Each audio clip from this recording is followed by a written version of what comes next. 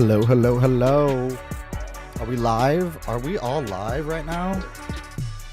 I'm not sure how much you guys can hear me because I got a little bit of DJ DV Soybean playing in the background. That's my nephew.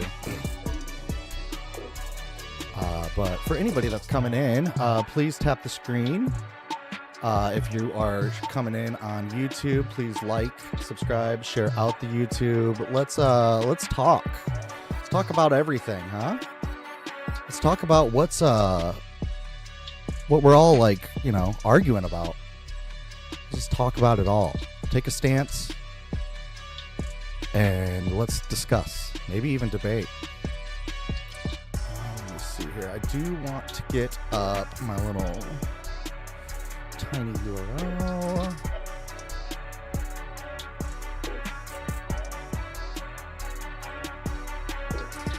Hey Dan Blackride. Can you hear me, by the way? I don't know if the music's too loud.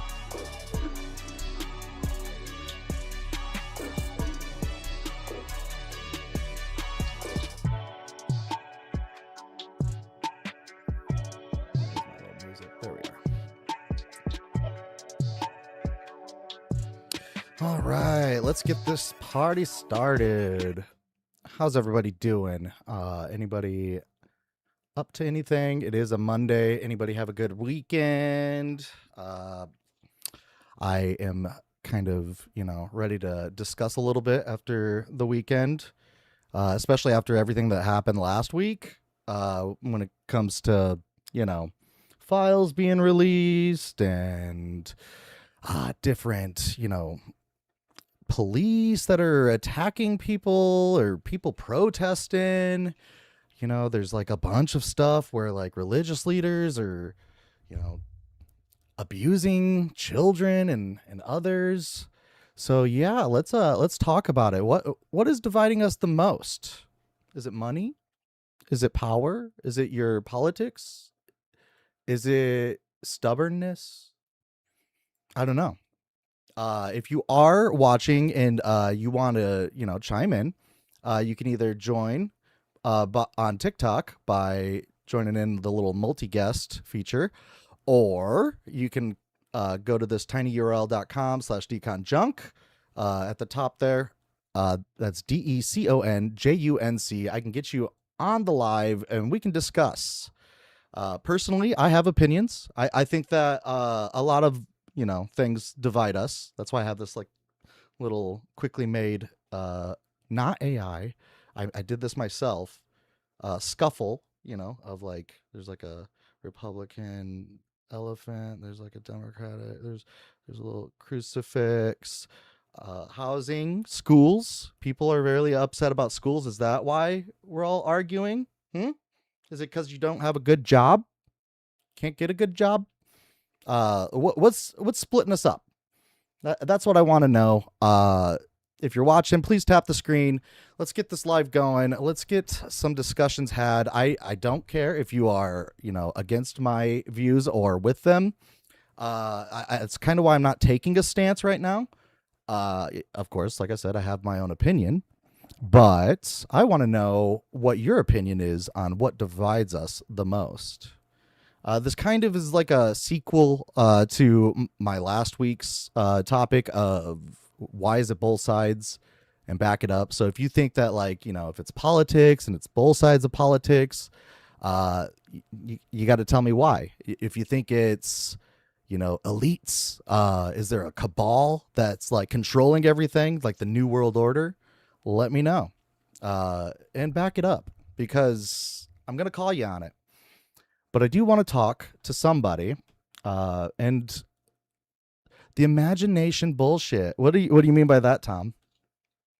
And I will talk to chat until we get a guest.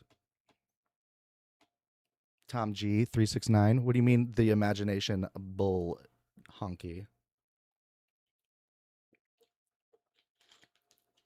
Because I agree. There's a lot of imagined stuff going on. Like, I think that reality and like what's actually happening in the world and like what people are perceiving is happening is like definitely like splitting. Like there is a divide going on. Like, some people think, everything's fine. Other people don't want to even look at what's going on. Uh, some people think that the world is burning. I might be a little bit in all of those categories, to be quite honest. Some people think that Christianity is the problem. I certainly think that modern Christianity is an issue. I think that we should discuss that. Some people think that liberal education is a problem. Uh, I don't know if that's really a problem. I actually think that the lack of education might be the problem. But see, that's what I mean. Once we get somebody up here, hey LG, and we get the conversation going, then you can kind of find out where I stand. I'm sure you can probably guess if you've visited this channel before, where I usually stand on things. But I do want to know what's. Oh, we got somebody here. Hello, Aunt Rachel. Are you there? Yes, I am. Can you hear me? I can hear you. Well, what brings you onto the? Oh, actually, first, Can I get your age real quick? Yeah, I'm 42. All right. And what brings you on? What do you think divides us? Um, right now, I think that there's such a harsh divide um, around this administration and how it's administering the quote unquote rule of law that people think they voted for. Okay. I also think we have a major issue with the way that law enforcement and um, sort of a foot on the same animal, ICE is trained. And I think that right now is that, along with our foreign policy, are probably the biggest Okay. things Okay. dividing us right now. All right. I like this. Now I'm starting to like this topic. This was kind of just I just came up with this like topic right before I went live. But I think that this is a good like litmus test on kind of where people are sitting. And I think that you've hit on some really good ones there. Yeah. The lack of what was that training or like procedure when it comes to law Yeah, the enforcement. way that they're trained. Oh yeah, I would agree on that. I think I just read that like immigration enforcement, ICE, which is this new, this is a new idea, really. This like new like type of what is it, like a secret army almost, secret like law enforcement that apparently skirts the rules. And sorry, I just want to turn up my volume a little bit. Okay, it skirts the rules a little bit there when like they don't have to, they can keep their face like masked, they can Hmm. go unidentified, uh, and that's scary to me. And I heard that like for like the bottom position, like kind of like the entry level position, it's like a 42-day training. Personally, Right. I used to work at a jail, so I worked with law enforcement pretty like actively. I actually worked with ICE pretty actively. I worked with, corrections officers, and like I would say that 6 months would be even like rushing it. So 42 Yeah. days is like wild to me. That's like maybe tech support training. Right. Yeah, um, I agree. I think the way that we have taught law enforcement, and by extension ICE, DHS, whatever you want to call them, that the preservation of their life is the most important thing in any interaction, I think is a toxic way of looking at things. That's why we end up with things that happen, like with Sonia Massey, where she was a mentally ill woman calling for help. And the police officer thought that because he, quote unquote, sensed danger or felt uncomfortable or felt threatened, that it's okay to completely just unload in somebody. yeah, that is Like a wild. civilian would never get away with that, but we've allowed police to get away with that for far too Um, long. And question. so you end up with a bunch of guys that have this desire to have power, that have no accountability. Um, That's a big and, deal too. they're making not a great salary, but a decent salary for what the economy is. for just And you entering get in a bunch and of people that are just they yeah. just have a a boner for being a Billy Badass, and it's just really a recipe for disaster. Okay. Would you would you say that like maybe a possible solution, because I think that this goes even beyond ICE, uh when it comes to like law enforcement. I can actually just, even in my town that I live in, we had an incident where somebody was mentally ill, and they were, engaged with law enforcement, and it ended bad. It ended in a unaliving. Mhm. And I would say personally that that is more, reason that we should have maybe trained professionals when it comes to how to deal with, like behavioral issues or mental issues. Don't mind my dog. Uh, Oh, I have one that'll probably start barking at yeah, any he's a point, he's so a no worries. yappy. He's yappy. But yeah, I would say that that's a start, and I think that some communities are doing that. A lot of people don't agree with that though, and I think that that's weird, because if we can, save lives by, just changing the way we engage, I think that it's worth it. Yeah, I agree. I also think that because a lot of the things with police, they have, I'm sure you've heard of qualified immunity before. Right. Yes. Um, Absolutely.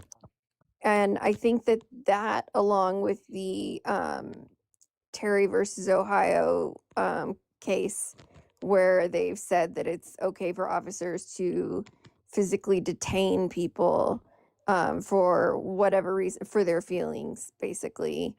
Um, and the fact that if anything they've been trained to do, if they do that, it's not their fault, but that we don't have a good checks and balances system on how they're being trained.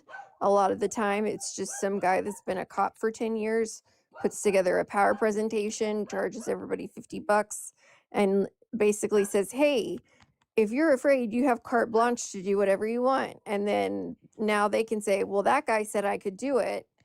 And nobody elected that guy. That guy's not an expert. He doesn't have a PhD in anything. Right.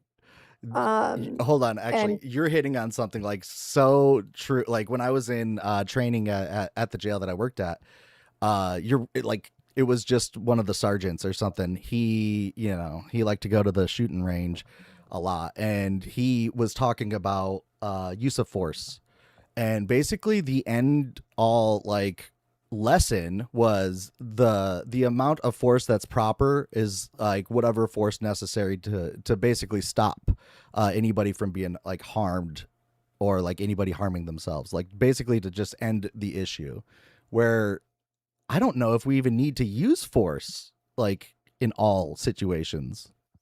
right. Yeah, exactly. Um, and I think that with the lack of oversight, I think something that could really help the police problem is to put together a board of um, civilians who meet, 2, 3 times a month and go over all of the complaints that have been filed. Also, making it easier to file a complaint and having a board that goes over that, of decent, like upstanding people. Because I think a lot of what happens is people get into this law enforcement mindset where they're joining into the group think. And so, well, if Sarge says it's okay or so and so says it's okay, um, then Yeah, it must be fine. And they lose that objectivity that a civilian would have. I think. And, Yeah, they love to say, oh, well, until you're the one standing there. And it's like, well, yeah, but you get hazard pay. And also, police love to act like, and ICE and all of these like to act like their job is the most dangerous job in the world. And my job is getting home, alive. And really, like, it's safer than being a pizza delivery boy. Like, and nobody discusses that. And so that's one thing about our government that's been driving me just absolutely insane for about the last 10 years, but I lack the power to really do anything about it. Well, I think you're doing something right now by like speaking out. I know it doesn't seem like very many people are watching right now on TikTok, but there's a number of people that are watching on my other platform here. I don't know if I can name it. Starts with a Y and has a tube in it. But so you are, getting your like words heard. So, and I hear you. I also would agree. I actually, like, my master's degree is in public administration, and I think that what you like just proposed with like a community engaged, maybe like a objective, like a commission, or just like group of members of the community of peers that can review things, and like complaints, and kind of be a third party that is not really connected neither to law enforcement nor protesting, like, say, in regards to recent unalivings in Minneapolis, to use it as an example. So, like, I see exactly what you were saying too, where sometimes people just kind of get behind one side or the other, like law enforcement, and they say, well, don't resist, right?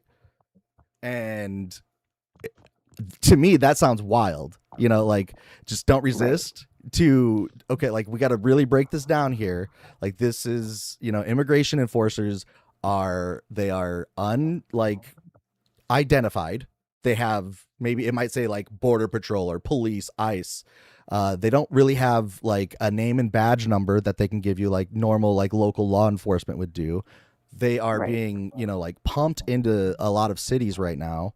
uh, and that opens up the possibility for bad actors to maybe buy fatigues and buy things that say ICE police on it. I mean, it just takes an embroidery machine, or just a skilled hand, and Right. you could just wear a mask. You don't have to be identified by your face in any way. So what's to stop you from, being this bad actor and acting like this? And somebody then thinks, oh, well, I'm not going to resist. I'm not going to resist against this possible law enforcement. Like, that to me is just the wildest, like, line of thought I've ever heard. Right.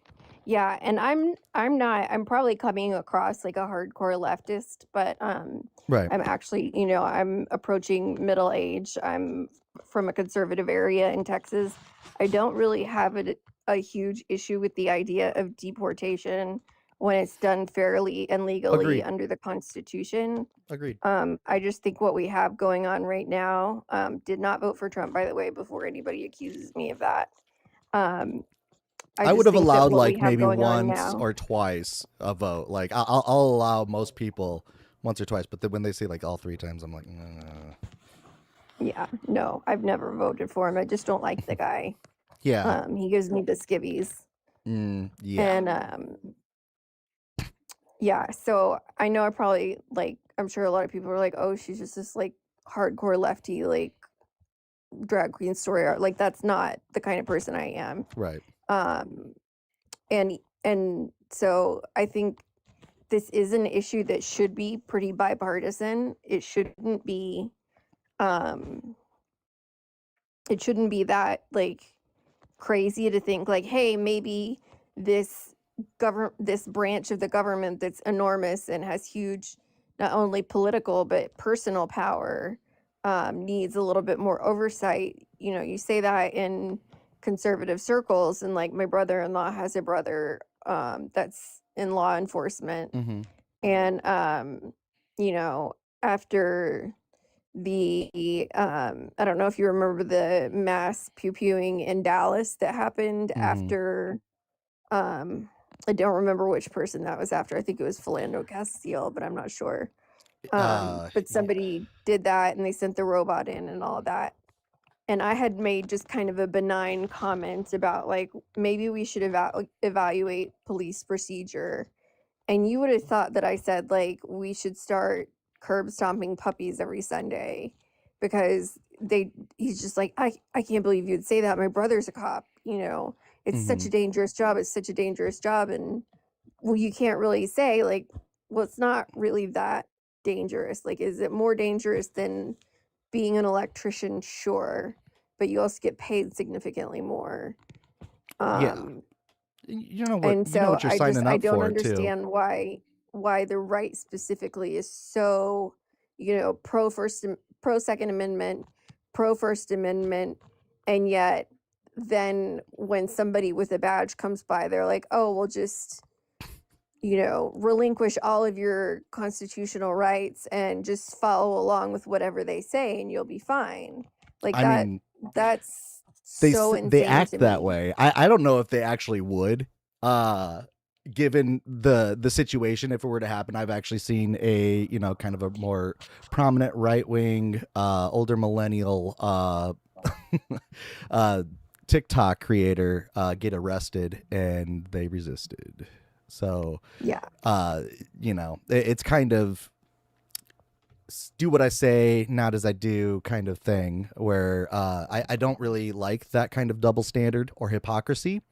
Yeah. I don't really like to debate on like grounds of hypocrisy just because, if you're a hypocrite, then you're already bad faith to me. But like, I do think that you're exactly right. Like, either that, or I guess they're complying completely. I've personally, when I worked at the jail, I worked in admissions, and I would see all kinds of people that are, compliant, people that aren't compliant, and they come in all shapes and sizes. There's like, I Yeah. mean, there's just like not one kind of like, archetypical way to go about it. But I'm gonna put a pin on that real quick. No degree. How are you doing? Hello, are you there? Great. All right. Well, I know you're over 18. What brings you up, other Well, I than kind of just probably trying to like support slave apologetics in the Bible? But go on. probably, oh, you must know me then. Of course I do. The I think the issue I have with this whole thing is I genuinely believe that had, let's say, what is going on right now, um, been going on in, say, a conservative area, and it was done by a Democrat president, I don't think there would be a peep from anybody from it. And I think that to me, it's just purely a political thing. Uh, and that's Hmm. all that I believe is going on here. Um, and just based on what I've seen through the years and experiences with the left, that seems to be how they operate. It only depends on who is actually president as to whether or not they're going to protest something or not. So what were okay? Like, this is kind of weird. Weird question here, kind of jumping around, but like Waco. What were your thoughts on that? Like, do you know what happened with Waco, and perhaps like what the ATF? I thought that the government overstepped their bounds there. I would agree. Even though I thought he may have been doing some I bad agree. things, I do think that the government over, just like Ruby Ridge and these others. Of course, I don't remember really Ruby Ridge as much. I was much younger. Right. I do remember Waco. I was in high school, Hmm. but I do think that the government uh, could have acted differently and maybe spared some lives. Now, I think that actually led to a lot of people speaking up. So there was a lot more than just a no peep, right? And that was during, I want to say, was Waco during Clinton? I can't remember. Yes. Yeah, so that was during Clinton's, Democratic rule of his administration. So I would actually agree that, yeah, the ATF, the FBI, definitely overstepped their bounds when it came to that situation. So I think that critiquing can happen, and I think I support like non like partisan, tunnel vision. I think that there is the like maybe the perception that like say like myself, I might come off as like extremely leftist. I do lean left, and I will say that, but when it comes to like just good governance or good policy, that's always going to take priority for me, because I don't care if something sounds like good for just one group of people. I want it good for basically everybody, like especially in a country that's supposed to be founded on like rights and freedoms. So I kind of just like, countered you there. So what are your thoughts on that? Or if you want to chime in, Rachel, you feel free. Well, look, I know what you're saying here, and but what I'm saying is, as a rule, I just don't think this, and the reason being is I remember when Donald Trump became president the first time, and I do remember Obama having a strong stance on immigration, and when he ran for president, he talked about having the Send Them Act. I remember Hillary Clinton and all this saying this.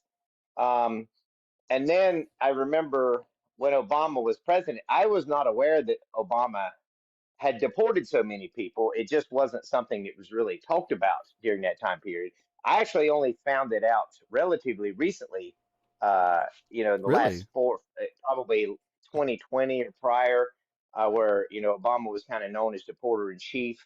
That just Oh wasn't man. really talked about, but you just didn't see the protests, the complaining. But then, Well, when hold as on, soon as Trump, pause. within the I first just year, I Trump, want to ask though. You don't remember like the kids in cages talking points? yeah, see, that's how, how I found out about the kids in cages? I found out after Donald Trump became president, there was pictures circulating claiming that Donald Trump was putting kids in cages, and then Donald Trump's administration had pointed out that these pictures were taken in 2016 when Barack Obama was still president. Ah, That's only how I knew about it. I never even heard it even talked about interesting. until then, and then I realized it, and then now most people do admit that Obama did indeed put kids in cages. But what I'm saying is, They were if talking about it. They were Joe talking about it Biden, when it was going on. I remember, like, I was in college at the time, well, and you we didn't didn't have see the cable, so we had to protests watch a in the lot of news. streets. You didn't see all of this and that with that. There That's were what I'm there saying. was a lot of people that were upset. I would say that Well, I'm and not saying maybe they it weren't might have been a little people. whitewashed in the news a little bit, but I do remember it being brought up quite a bit, like, and it being a pretty hot topic. But Yeah, I remember immigration talk about. What I'm saying is, you just didn't see this organization of large, massive amounts of protesters. Only after Trump became president did you really start seeing this, especially during the Trump first administration.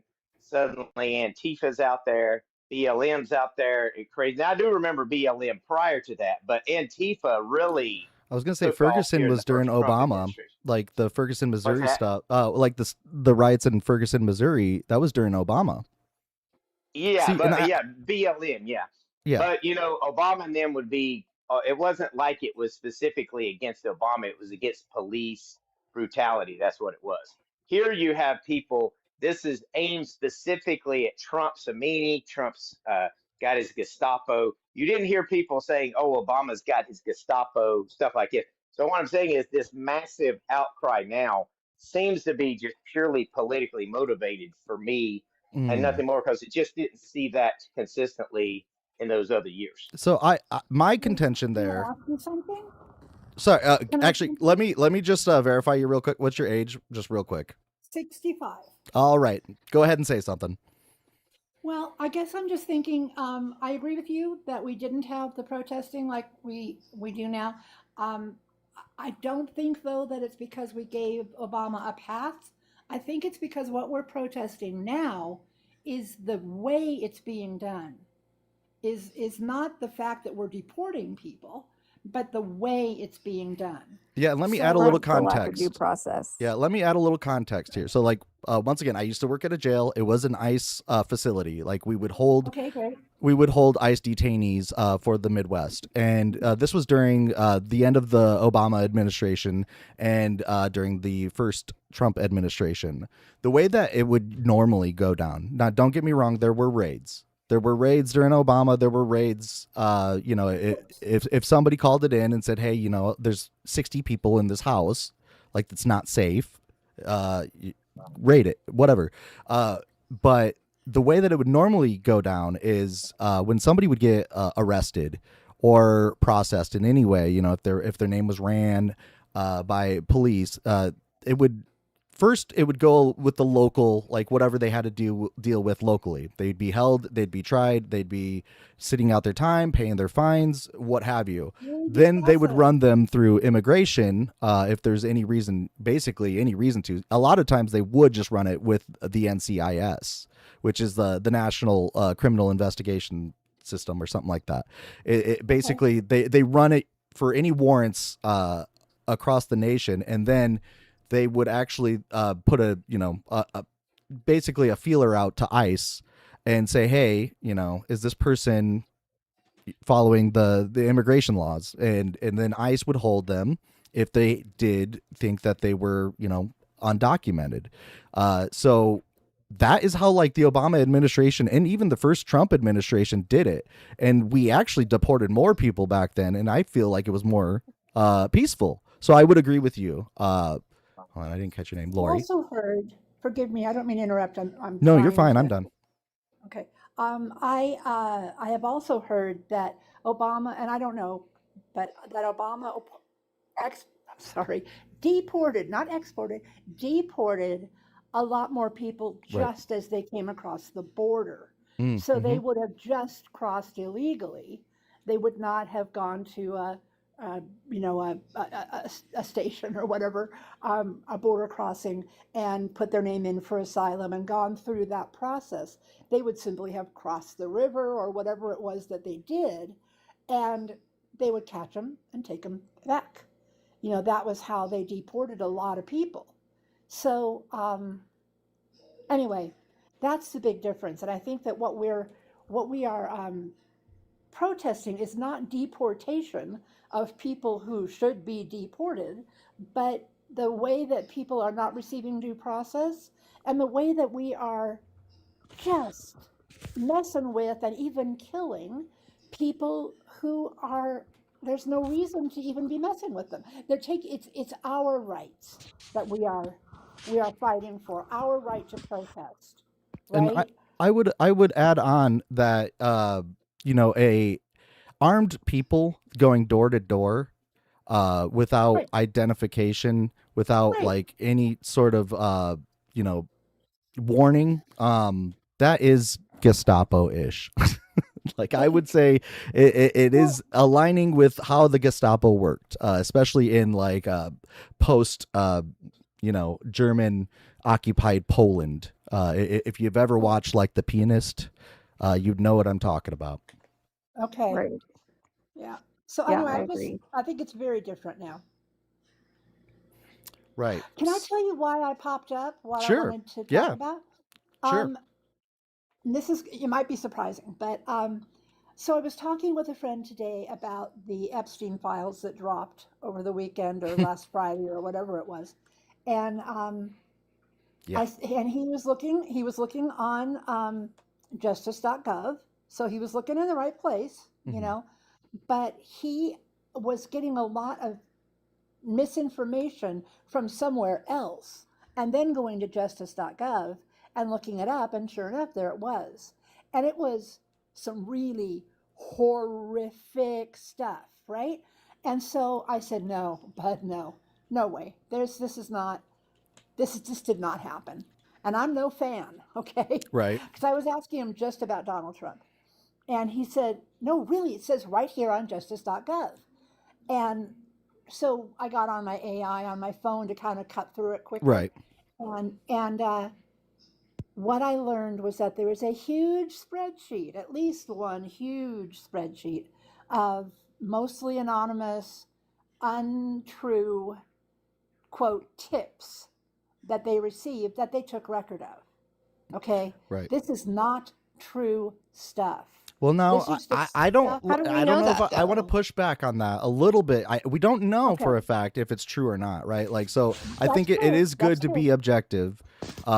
I think You're right. that we have had complaints before that are similar in nature. I think that there are things that could hold some truth.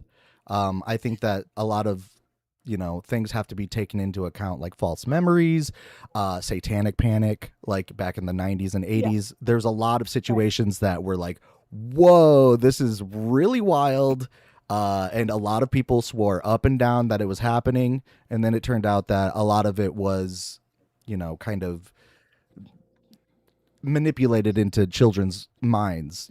They were told over and over and over again, like, this is what happened to you, and then they would say these things. There's Yeah, but I also would presume possible. that these were adults that were calling in. Yeah, right. You And know? so there's also mental illness. There's a lot of like people that are paranoid, but I also think that we shouldn't discount somebody just off of like the wildness of their claim. But I would say that a big claim deserves big evidence. Hold on, guys. I'm gonna actually close my door because my dog's Agreed. freaking. Dog's freaking out because you're talking about satanic stuff.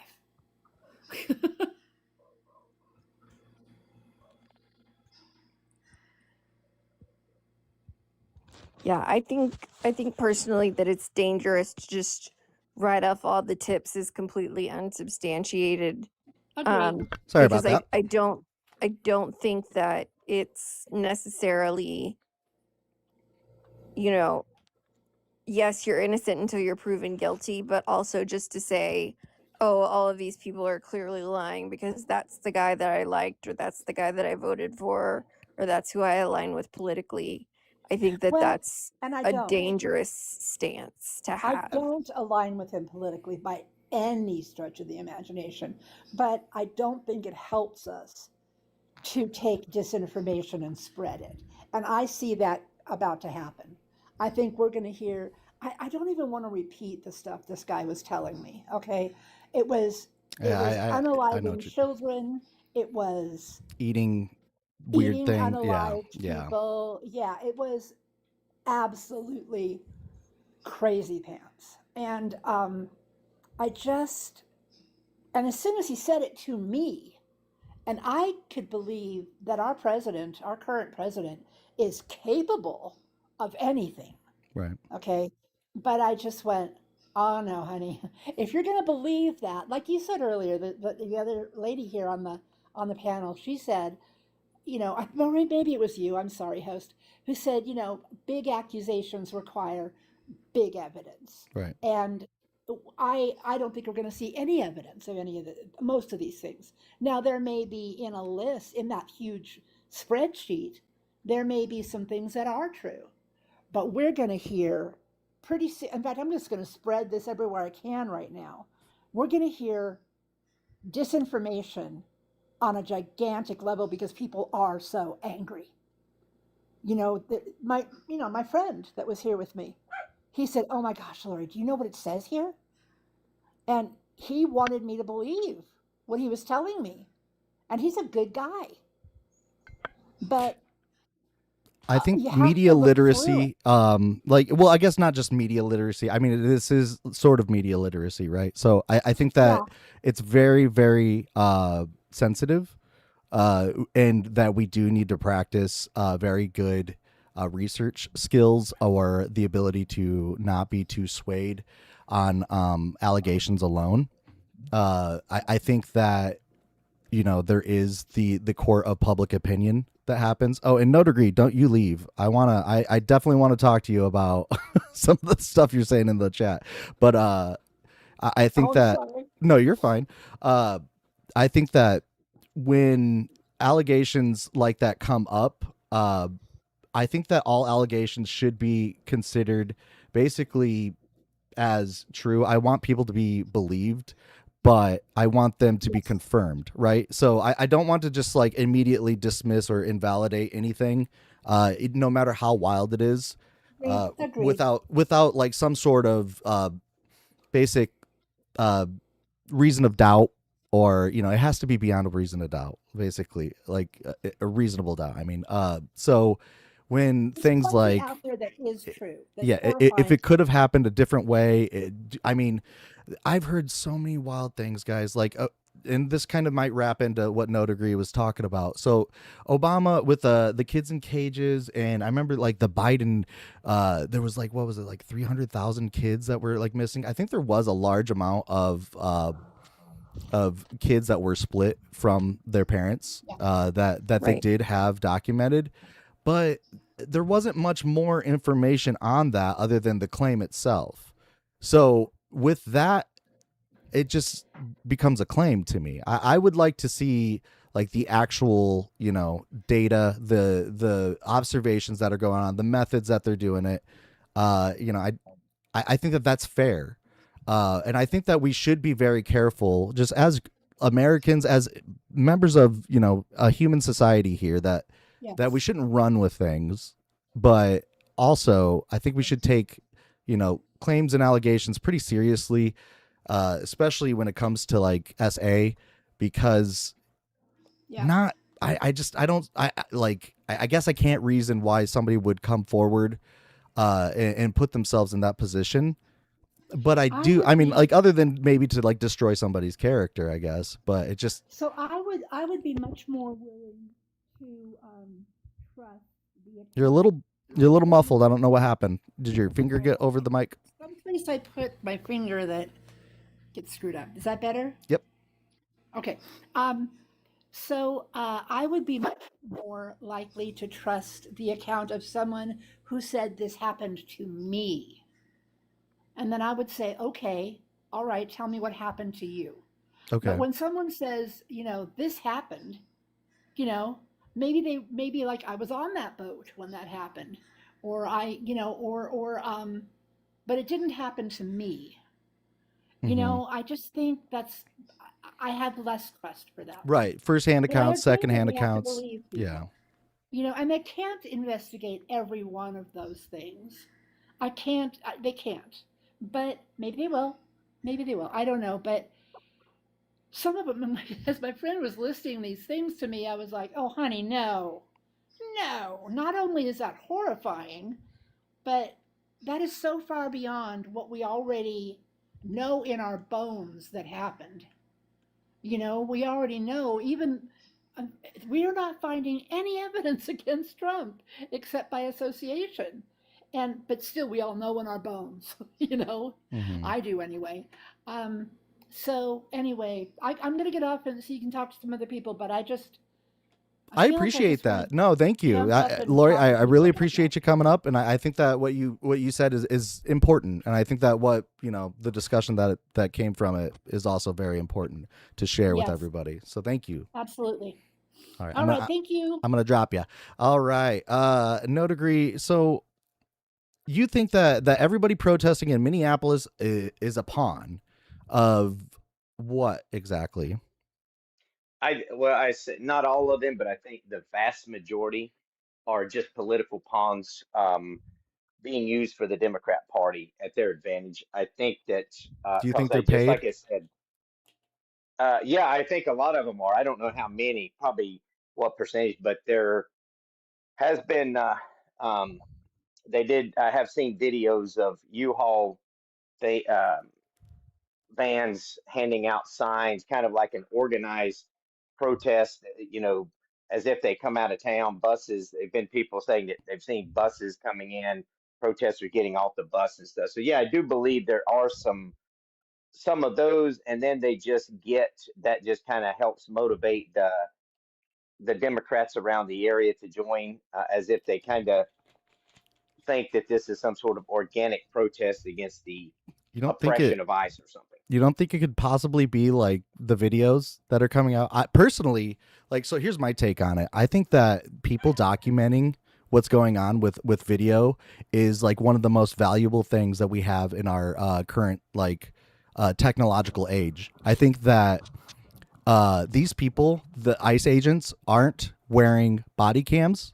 I don't think that they're trained to document properly.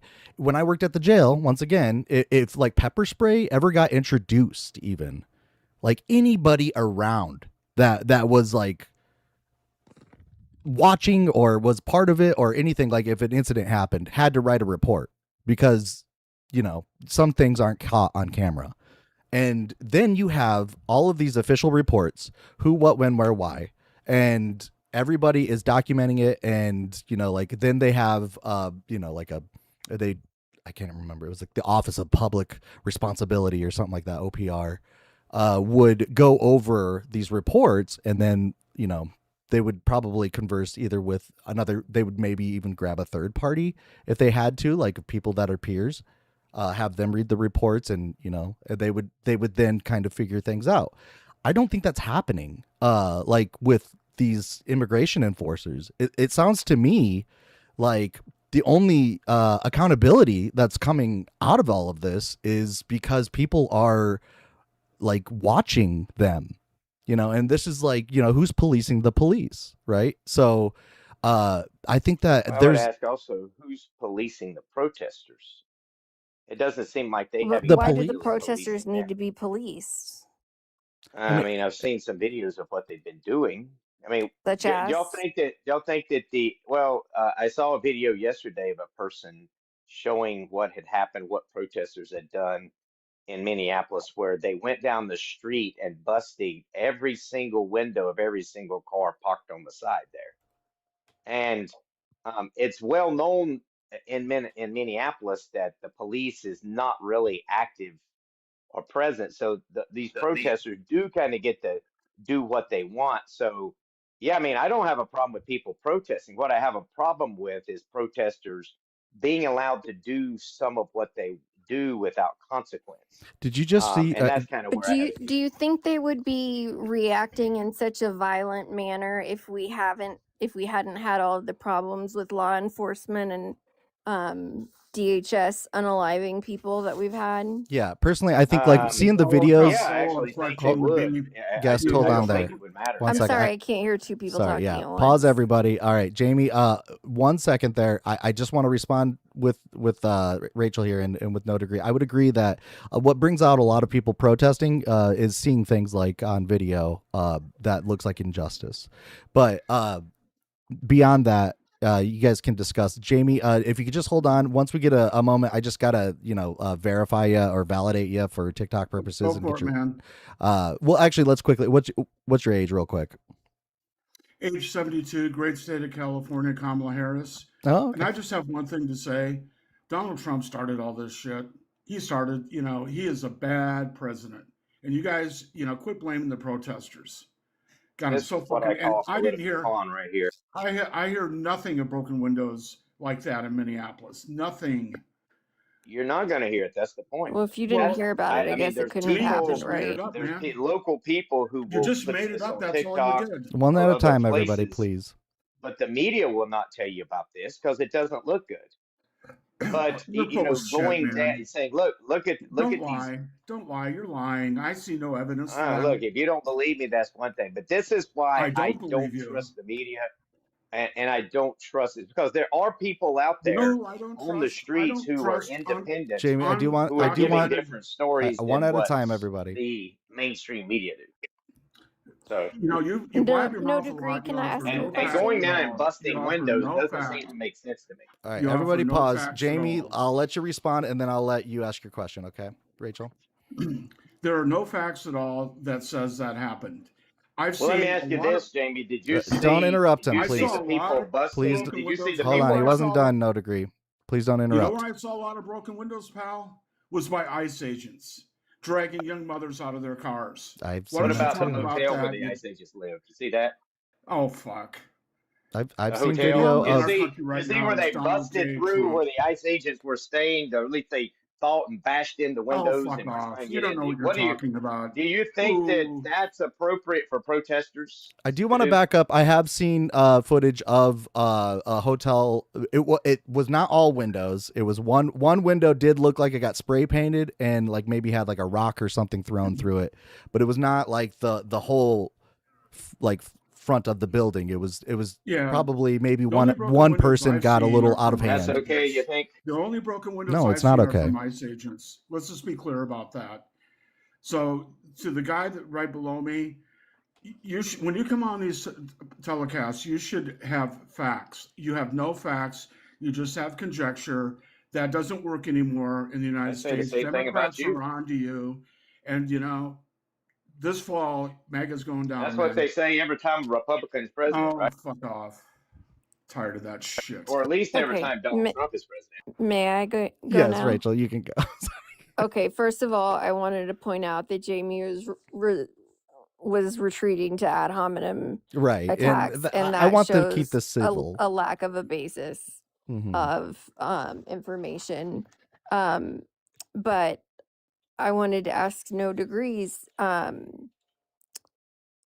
do you feel, how would you feel about if the um, if Homeland Security and ICE were required to wear body cameras going forward? And how would you feel if there was a civilian board overseeing what they're doing so that we can make sure that they're not overstepping their authorities? Would you be in favor of that or Yeah, against I it? don't have, I'd actually think that would be fine because one of the things that they found out when police started carrying body cameras, they actually started realizing, hey, a lot of these so-called unjustified uh, pew pews actually seem to be the case as not unjustified. So I actually do think that wearing body cams would be good for ICE agents. I think they should do that. I actually think it would paint a very different picture of ICE agents than what the media wants them to say. So yeah, I would be all in favor of that. So Okay, I think that's reasonable. I think Um, that common sense answers are possibly the way out of this type of division that we find ourselves in. I think that is a very like sensible suggestion. There might be, you know, some smoothing out that would need to happen, of course. Sorry, I'm messing with things. But I think that simply screaming at each other and getting more and more and more mad uh, isn't doing much. I think that like with Black Lives Matter, do we consider that was a success in any way? Does any? I mean, like he was found guilty of murder. I think that there was some new policies that were brought about because people spoke out. But I think that it didn't have to like get to the point where, I mean, maybe it did. Ah, it's still happening. I don't know. So like that's kind of where I'm at, is where like I think that calming things down a little bit and being a little bit more like, okay, let's look at the issue and address the issue instead of trying to come up with like a blame. Oh, where'd you go? No degree? Yeah, I You feel gotta like go. we've almost devolved into this sort of cult mentality, and we saw it a little bit with Jamie, where anybody who doesn't agree with me is automatically bad. Their facts are wrong because they don't agree with my personal vision. I didn't see it, so it didn't happen.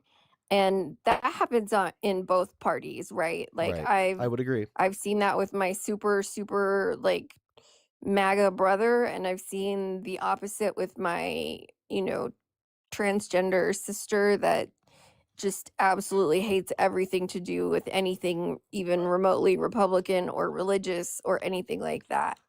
Um, and so I think we have to get out of these um, things where our politics become our entire identity, and we are so sure that we're the only ones that have the moral high ground because of X, Y, and Z. I think that's what's becoming so detrimental. Um, but you had said something earlier about that you were thinking that religion was playing a factor into the division of Yeah. what's going on right now. And I'd like to hear a little bit more about your ideas around that. Okay. Well, like I don't think that anybody should be telling anybody else really exactly how they should conduct themselves, unless it comes to like public safety or, you know, the safety of or well-being of others. When it comes to like religious, like I guess injustice, when I speak about that as like an agnostic atheist, I don't have a problem with a lot of like Christians. I don't really have a problem with I saw like this one pastor up in Chicago that was kind of speaking to the ICE agents in Chicago and telling them, you know, like repent and all these things. He said really good, like powerful stuff. I like James Tallarico. I think he's kind of in some heat right now, but I've liked how what his message is as a Christian. I don't personally like, maybe agree with a lot of the uh like claims and stuff of religion, but that's besides the point. That does not mean that I don't think that people should be able to practice it or believe in what they believe. I think that Christian nationalism is a problem. I think that people that don't read their scripture and then try to make laws and legislate based off of this like straw man that they've created from, say, they read one thing out of uh, Paul's writings, and then they run with it. Like when it comes to like uh, I'm just trying to think of the right words here, non-hetero people and like how they're treated. Uh, I think that there's not much in scripture, just as somebody who's like studied it pretty extensively, that would even claim that they would like, burn, in eternity. So I think that there's a lot of stuff that is just dangerous. I think that like eternal punishment thought can be like weaponized and used to other people. And that's kind of where I stand when it comes to like religion. I think that we should have like freedom of religion, freedom from religion. I think that a theocracy is a bad idea. I think that like Muslim, like Sharia law is just like not a good idea. I think that it's not good for the rights of people that had no choice on the matter. And I could keep going on, but so I'll just stop right there. Yeah. Okay. Yeah, I think those are pretty reasonable takes. I myself am a devout Christian. My grandparents were pastors, and I grew up in the church, going to church, sometimes up to 6 days a week, because my mom was also a teacher at the church school. But yeah, I've never been one of those people that thinks that it's right to just pull aside a non-believer and be like, if you don't change your ways, you're gonna burn for all eternity, because you don't know what God's plans are for somebody until God, and so the right thing to do is to pray for them, and not pray at them, but pray sincerely for them in your own time and space. As a disabled person, I know how uncomfortable it can be, because I'll just be out existing in the world, and I'll have Christians come up to me and like want to just pray that I'm not in a wheelchair anymore, and I was gonna ask that I'll what. have a divine healing. Yeah, I was gonna Go ask ahead. like what like denomination you like practice more. Like what do you claim or maybe practice more closely to? Some people are non-denominational. Yeah, so I grew up in the Disciples of Christ, which is a pretty small denomination. It's like a more relaxed, chill version of Church of Christ. Mm-hmm. But as an adult, I tend to lean more Methodist. Gotcha. So Okay. yeah. It was just kind of a curiosity of mine, like divine healing. I think that's I think that can be dangerous when people I'm a cancer survivor, so I'm a Oh, me firm too. I'm a firm believer that modern medicine is a thing. I don't think without I don't think prayers would have saved me. I think I would not be alive right now if I only relied on prayer. I think that if I had not gone to the hospital by the time I did, I think that I would probably would be unalived right now. I would not be living. And this was just in like 2024. By the time I was there, I was already stage like 3.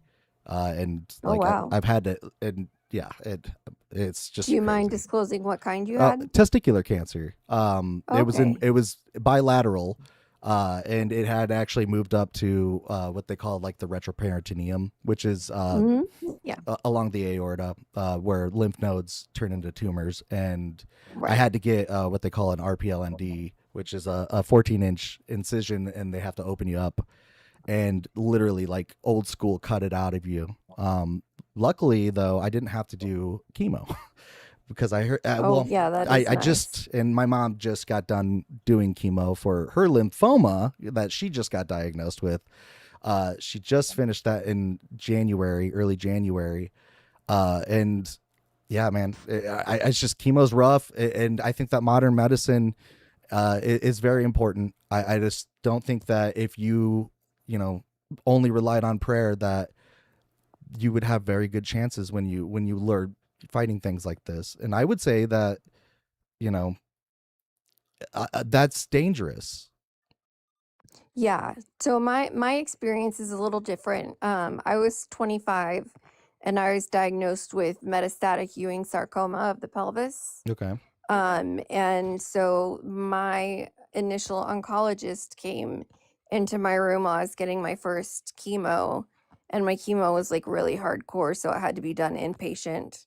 Right. I had to be in the hospital for a week every other Wow. week. Yeah. Yeah. Um, and he came in and basically told me that I wouldn't make it till 30. And so, in addition to modern medicine, my family, my home church, my hometown, a lot of people prayed and fasted for me. And I truly believe that I got a miracle because, like I said, I'm 42. I'm well outside the 5-year recurring window. I Mm-hmm. just go once a year to get um, Like a PET scan or like a something. yeah, a scan and to get just some checks to make sure my organs are all still managing okay post chemo. Right. But yeah, I don't agree with like the Christian scientists that deny modern medicine. But I do think that modern medicine in tandem with prayer and fasting can do more than modern medicine Okay. alone. But I that's neither here nor there. That's just my right. personal Right. belief. Well, and so like I'm not going to push back too far on that. I think that when I was going through it, and I think that while my mom has been going through it, uh, that the way the human brain works, just, and this is like scientifically from an atheist point of view, I do not want to invalidate. I'm just saying like this is how I would reason it out, is that I think Yeah, no, that you're good. belief can help somebody. Yes. We have seen it with different trials. We have seen that like a placebo effect is a real thing. I think that like there's things that we don't quite understand somatically that can happen. People can have the reverse where like if they believe that they're sick, they will have symptoms that are physical. And I think Right. that the reverse can be done too. So I think that there is and if the means of like getting to that belief is through prayer or community of some sort, and you're not hurting anybody else, or like then I don't see anything wrong with that. Yeah. Yeah, I agree. And I So, could be and completely wrong, and you're right. Like it could be the like just literally I'm wrong. I don't like to speak in absolutes.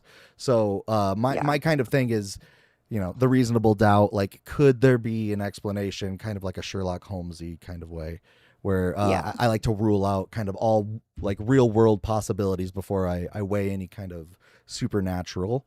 But that isn't to say that I don't have uh, the capability of changing my mind on that. Like I want to like let people know, like even though like because you're on here on TikTok, but like the YouTube channel that I'm casting this on is for like deconstructing religion and in politics and really just everything. But Mhm. that doesn't mean that like you have to become an atheist. I think that it's just an interesting place for people to share their ideas and to look and think critically on them. Yeah. And I would like to encourage my fellow Christians that if you see someone in public and they're either in a wheelchair or on crutches or otherwise struggling to get around, please don't corner them in the grocery store and pray over them for 5 minutes, because that is standing still like that when you're disabled is really draining, and prayers will work just as good if you do them, to yourself on your own. There's, especially don't lay hands on strangers without permission. I think, yeah, consent's a really good Yeah. thing too. Yeah, I would agree. Like I have let people pray for me, like, or whatever. Just if as long as they ask for consent, I've done it for the comfort of my mother, who's very religious. I've done it for, family. Um, it might not help me myself so much. I've never been a believer. Just ever since I was little, I was raised Catholic. Oh, Yeah, hold that's on. how my sister that's trans is. She just doesn't believe. And no matter what I tell her about my experiences or my what I view as miracles, she's just like she's so sure that they're coincidences. Oh, okay. And so it's just one of those things that for some people it fits and for other people it doesn't. And I don't know why, but that's not a reason to discount somebody as evil or say that they're going to burn forever. Like that's not okay. Yeah, I think that thinking Hello. critically Oh, is good. Hi, let me get you like validated here, True Troop, and the next person is M I girl. First, True Troop, can I get your age just for TikTok purposes? oh, sure. 44. All right, awesome. And then, are you there, MI girl, or is it ML girl? Yes, I'm here. Michigan, Yes, maybe. Michigan. Go blue. Let me see. What's your age? Or you I'm don't have to tell over me your age. 50. Just Can are I you just over say 18? that? Yeah, you're fine. Okay, so True Troop, what brings you on?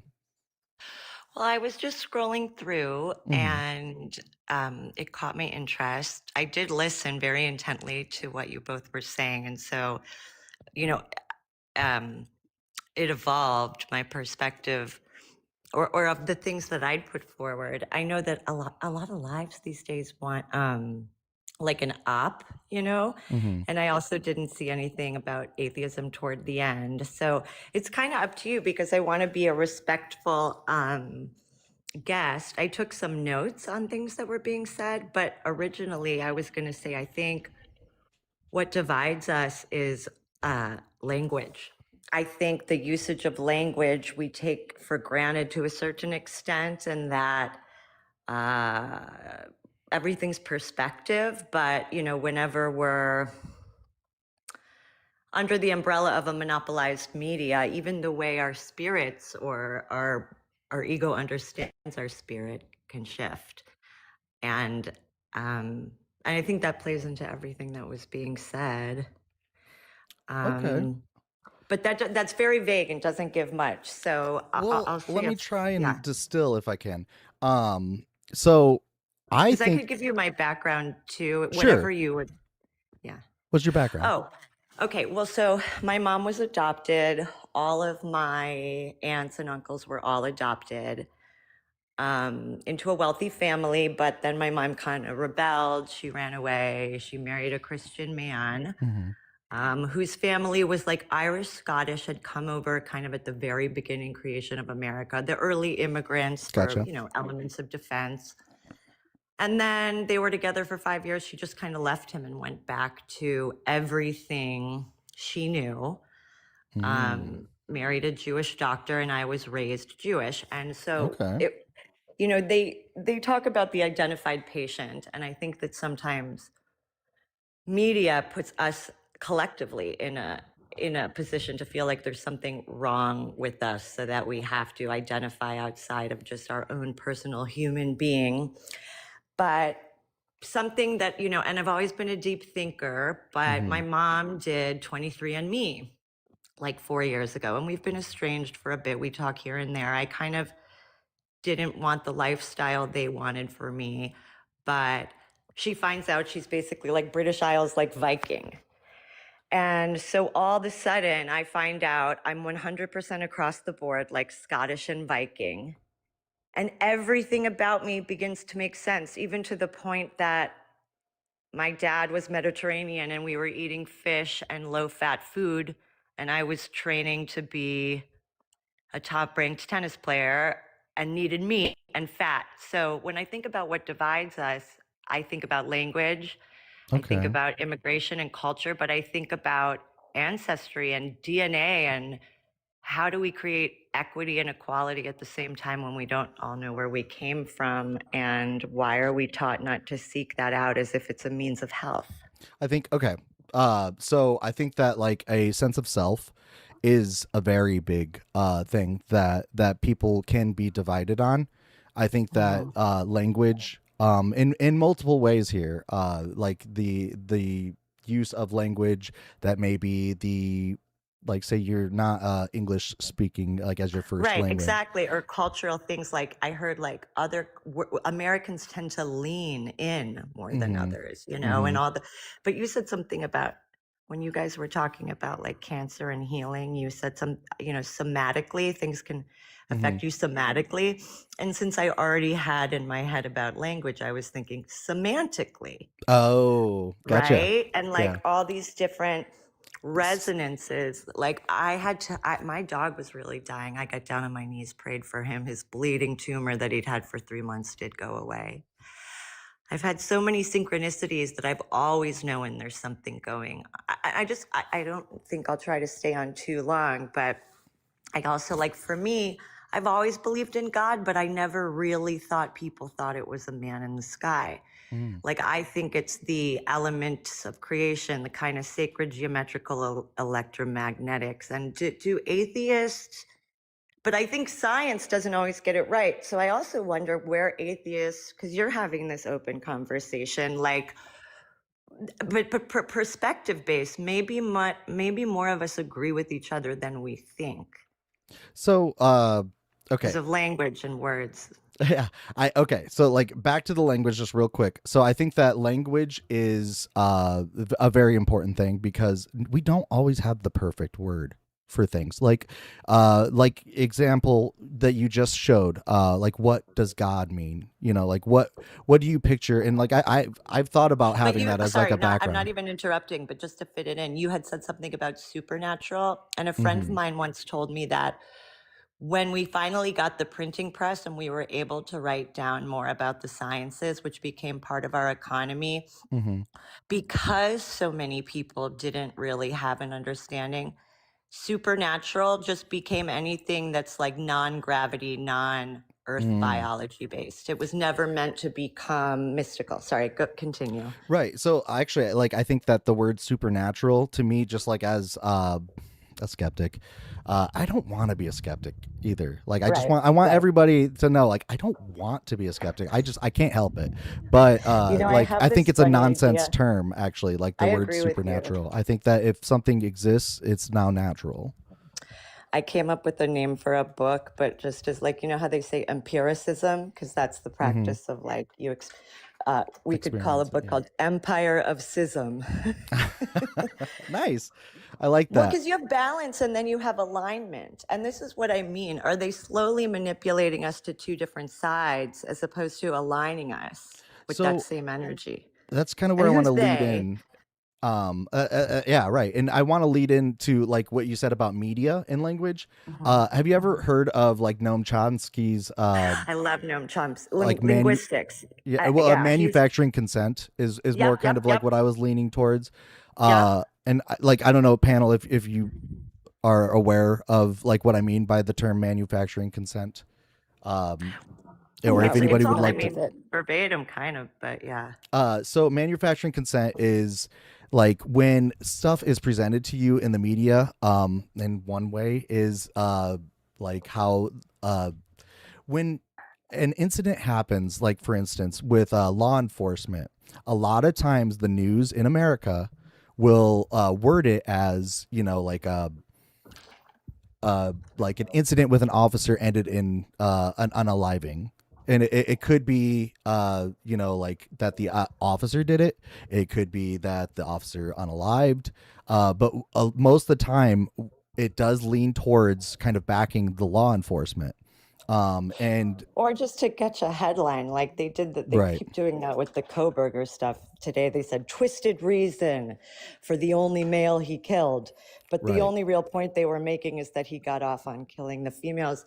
Also, another good way to look at this, has anyone seen that TikTok thing where they say, here's a black and white picture, but now stare at this red dot or something. And then they take the dot away and your brain puts color. Yeah. It's almost like that, but they're doing it Yeah, like it's almost like a viscerally to your. subconscious level, and that happens quite a bit. Like manufactured consent. I think it's a great read. I think that everybody should read that book. I've never Noam read Chomsky. it. Well, yeah, or like He's watch so a. brilliant. You could. And I think he he's has got monologues about it. He's got essays. There. You don't have to like read the book, but I think that it's a very interesting thing to be aware of, especially in a time like now where media literacy is very, very important. But I think they purposely make their stories are verbose and gaunt all at the same time. Like I think Noam Chomsky, some things I remember is he had some great bits that I thought could have really quelled some of the 90s versions of like racism, because he talks about, like, for instance, axe. When people say axe instead of ask, is that proper or not? But he basically says, well, that comes from the word axiom, and that he talked about that, Creole. He says the most efficient terms of language, whether you want to believe it or not, is always the last to form. So he talked about, Creole in New Orleans and the combination of French with Black culture, with American culture. And, but it was based on axiom, the true, So that's just so interesting to me that we see that nowadays, like with words that appear, new words like I'm trying to think, like frenemies, like that never existed before, but now everybody kind of has an idea because we axiomatically agree on that like we as understanders of English, I guess, have now heard this word. Right, and now we agree axiomatically on that. So it is axiomatic, and language is interesting when you think about like evolution, and how our brains like weren't. I mean, if you believe in evolution, right? So and this is fine if you don't. And apparently he recanted on his deathbed. Some people say. Darwin, who knows? Well, you can never know. Some denominations think that that's all you need. But so a recantation. Just repent right at the last minute. But yeah. Oh, true. Gosh, wait, hold on. Let me do this because I get so excitable. Maybe it's the ADHD or the autism, we'll see. But I was going to put forth two things, and then I was just going to kind of shut my mouth. So one thing, you just spurred my thing, because that's the first thing I noticed as a child is like our family tended to have a snobbery about being at the conservative synagogue instead of the Reformed, but we didn't understand how to speak Hebrew. We could read it, couldn't speak it. Yeah. And so were my parents thinking they should exist on a pedestal, or were they potentially believing that there's more important in the resonance of the sounds of prayers that had been prayed for thousands of years? Like, I think they said once the first time machine might simply be being able to track down conversations, because like it's a vibratory constant. So that was the first random thing of like how language can be used just to put yourself on a pedestal, whether you understand it or not. But then the thing about language, and you were just looking for examples, and then I'm going to be quiet. As someone who loved grammar, sorry, I thank you guys all for bearing with me. I really do.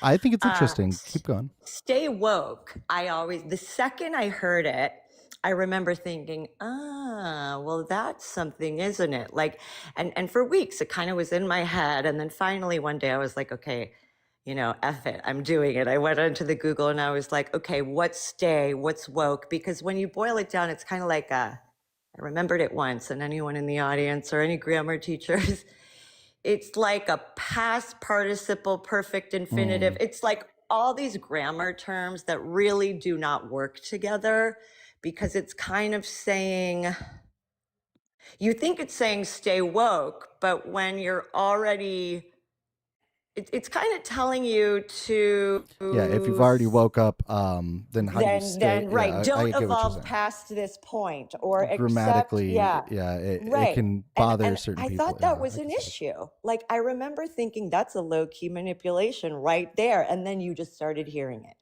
constantly, like not awake, but woke. Why not awake? Why woke? All right, I'm going to keep listening, but hello and thank you. I think that like the term woke is a very interesting another thing with language. What I was trying to say though earlier about evolution, just to like kind of finish that thought, is we weren't really, you know, like made to have language. I guess if you want to say created or you know evolved in a way, uh, that language is an interesting thing because only humans seem to really, you know, have such a grand scale of it. Of Right, course, you know, I right. think like dogs, there's intelligent animals that can understand language, but it might be more, you know, like tone and context.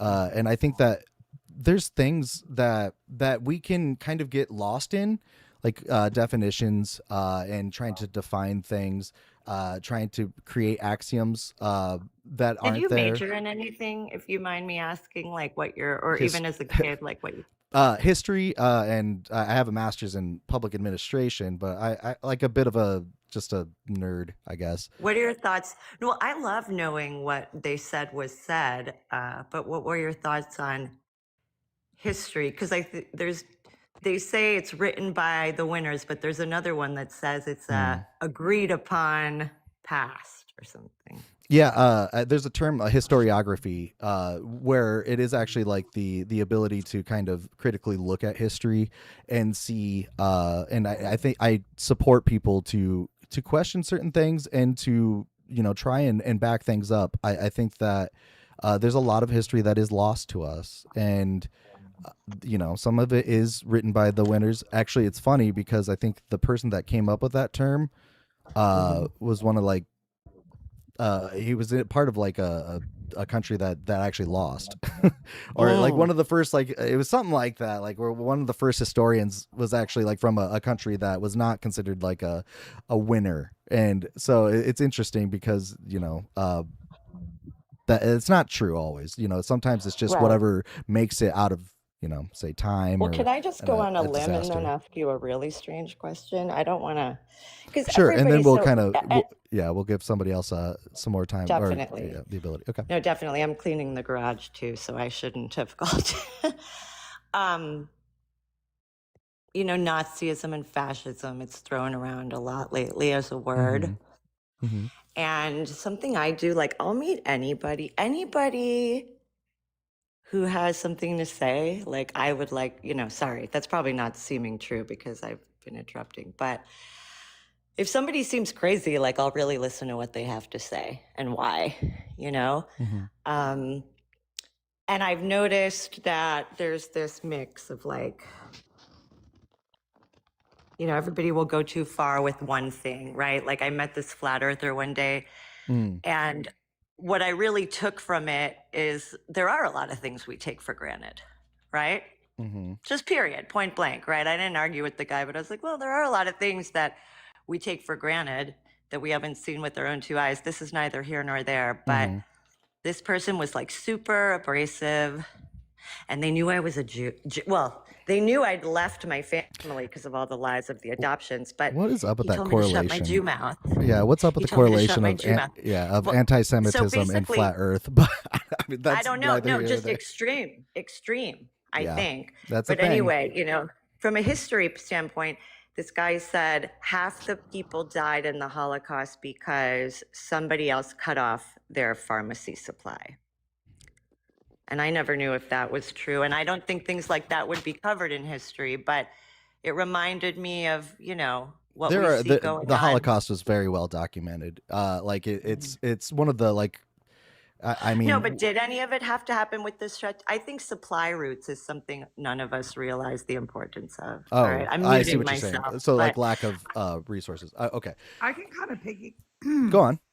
sorry, I can kind of piggyback off of that if it's okay. Do I need Yeah. to introduce you? thank you, Paige. Paige, Thank you for just age real quick. saving That's me from myself.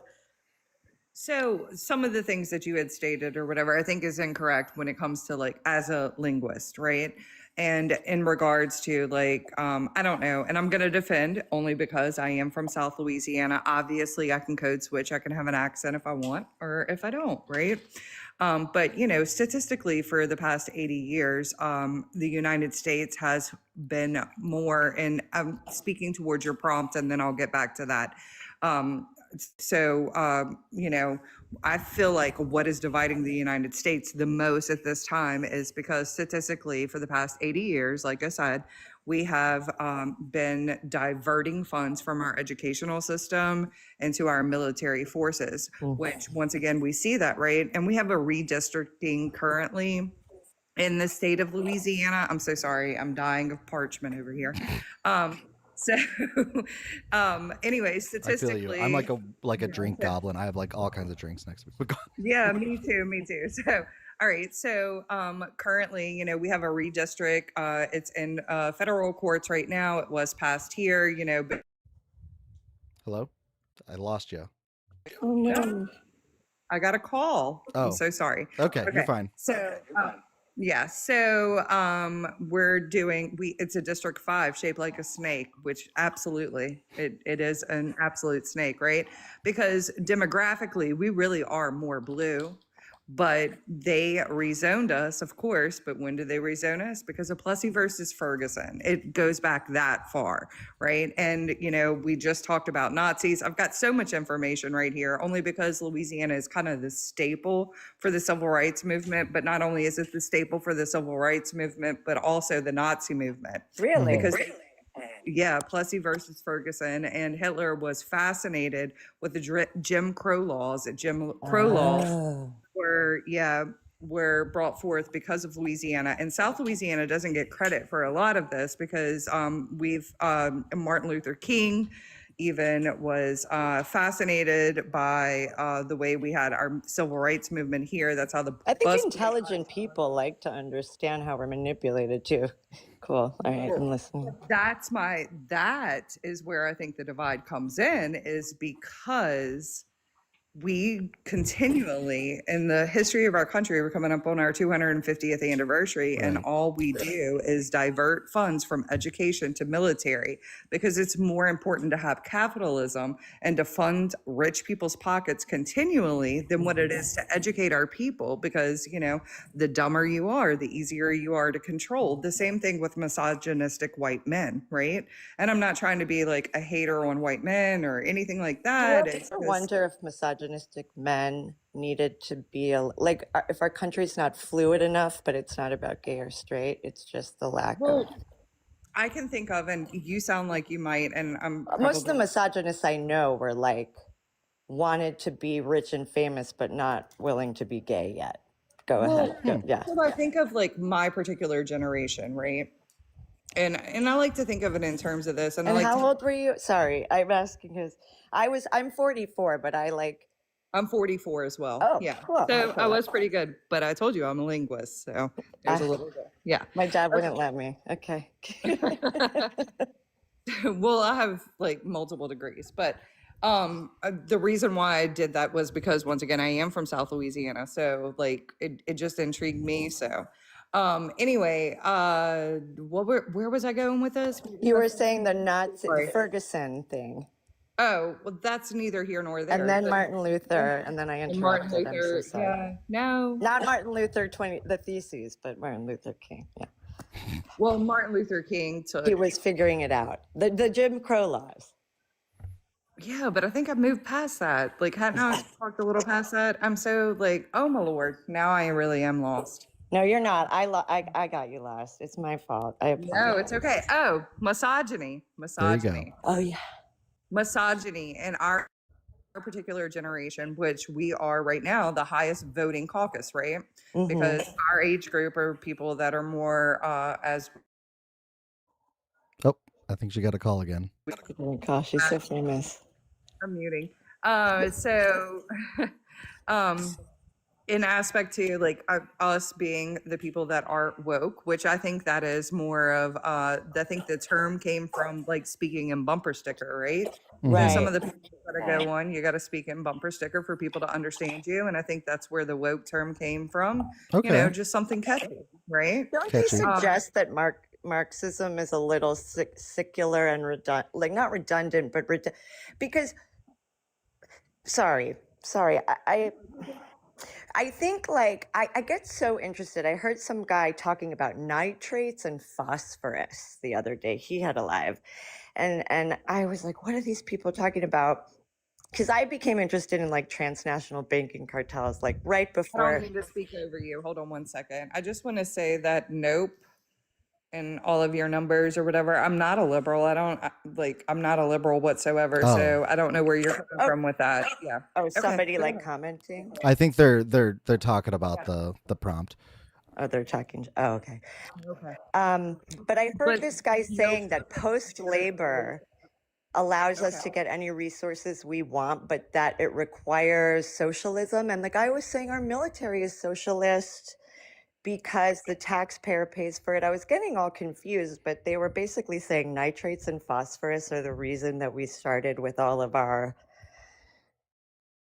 global dealing in the first place. I don't know what made me Okay. randomly So say that. I mean, like, just to kind of maybe help untangle that little bit of a knot, mental knot there. Like the military is treated, so like in a socialistic manner, right? So like the people pay for military. It's part of the budget that comes out of our taxes. There's not a profit, that you would get, for the most part, right? Like Right. Oh, right, Raytheon, like companies like that will get a profit, and then there is special Lockheed interest Martin. when you like. However, like I had stated previously, in that past 80 years, right? That's where the contract agencies have came in and there has been profit. And unfortunately, And they keep because of funneling lack the of- money in because they need to keep making a profit. and they have to keep making a profit. But because of the lack of education, right? Right. People don't understand these offshore accounts that have been set up and these supposed nonprofit contracts where they I don't even know No, what I hear what you're saying, but I think I wonder. So because of- they've leaned us so far. But ultimately, it all comes down to lack of education because people aren't able to identify this information. And so you just become a conspiracy theorist at that point, right? So, but back to my misogyny, right? Like, let's not steer away from this. What does misogyny mean to you, just as a... Well, I mean, I just, you know what, and I'm going to speak in bumper sticker terms only because of what some of the comments have been here. So, Mad Men, right? Mm-hmm. We'll just go Don Draper. Wouldn't he be like epitome of misogyny? So if we went back to because that. he wants to be the female in the relationship because he's so needy.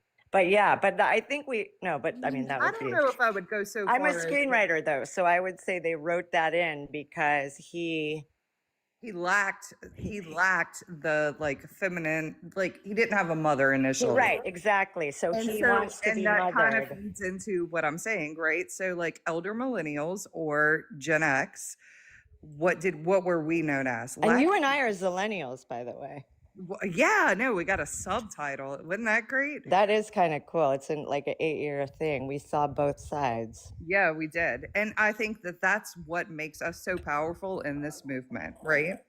Well, and also we have individualism without needing to identify, but it's only because it's I strange. think particularly the females don't seek the attention that maybe the younger millennials or even generations prior, like either way, right? Like older or younger than us. I don't think we seek the attention that other females within outside of our generational confines they don't seek it, or we don't seek it because we were also those latchkey kids, right?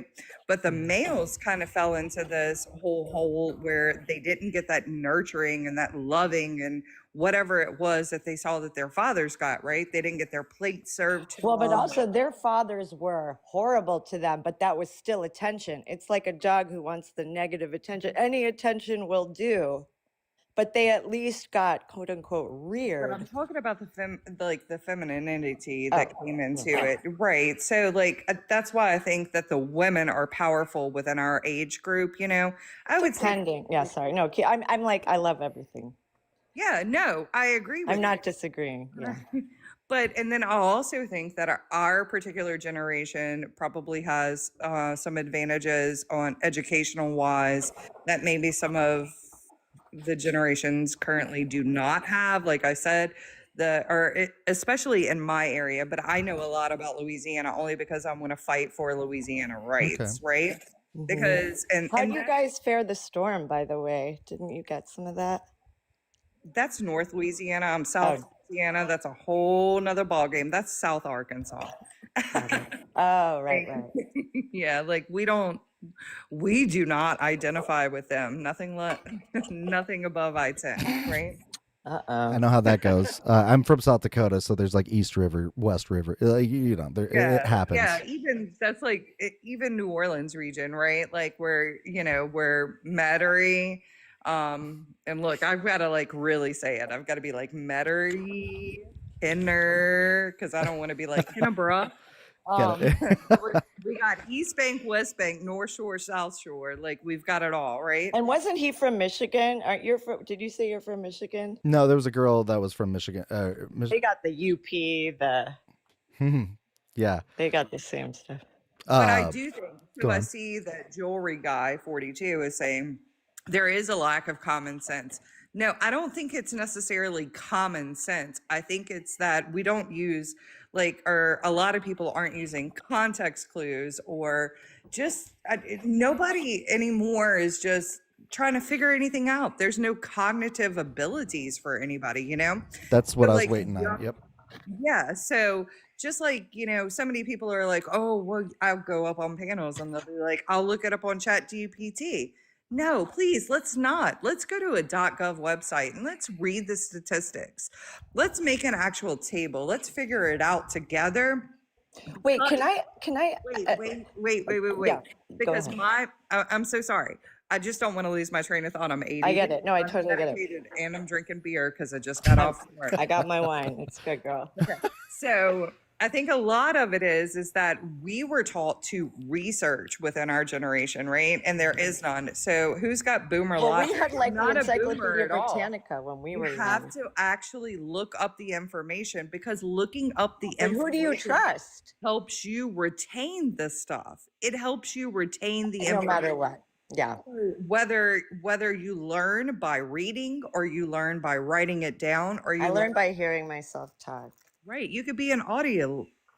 No, that's true though. You can, there's so many different ways, but you have to actually look for the information. But asking, But do you think AI they're to give it to manipulating you- us on I think maybe before, because I was going to tack on to what you just said is I've been laughing lately because every year, so I have a whole thing because Can I answer this person's question? It says, how is chat different than an encyclopedia that pulls the source? Well, first off, chat is different because it's draining the resources. well, it's also timing. We have to, it took years to get these One books second, published. because I'm very specific on this, because energy bills are quadrupling within my state. They're draining the resources. It's a beautiful state.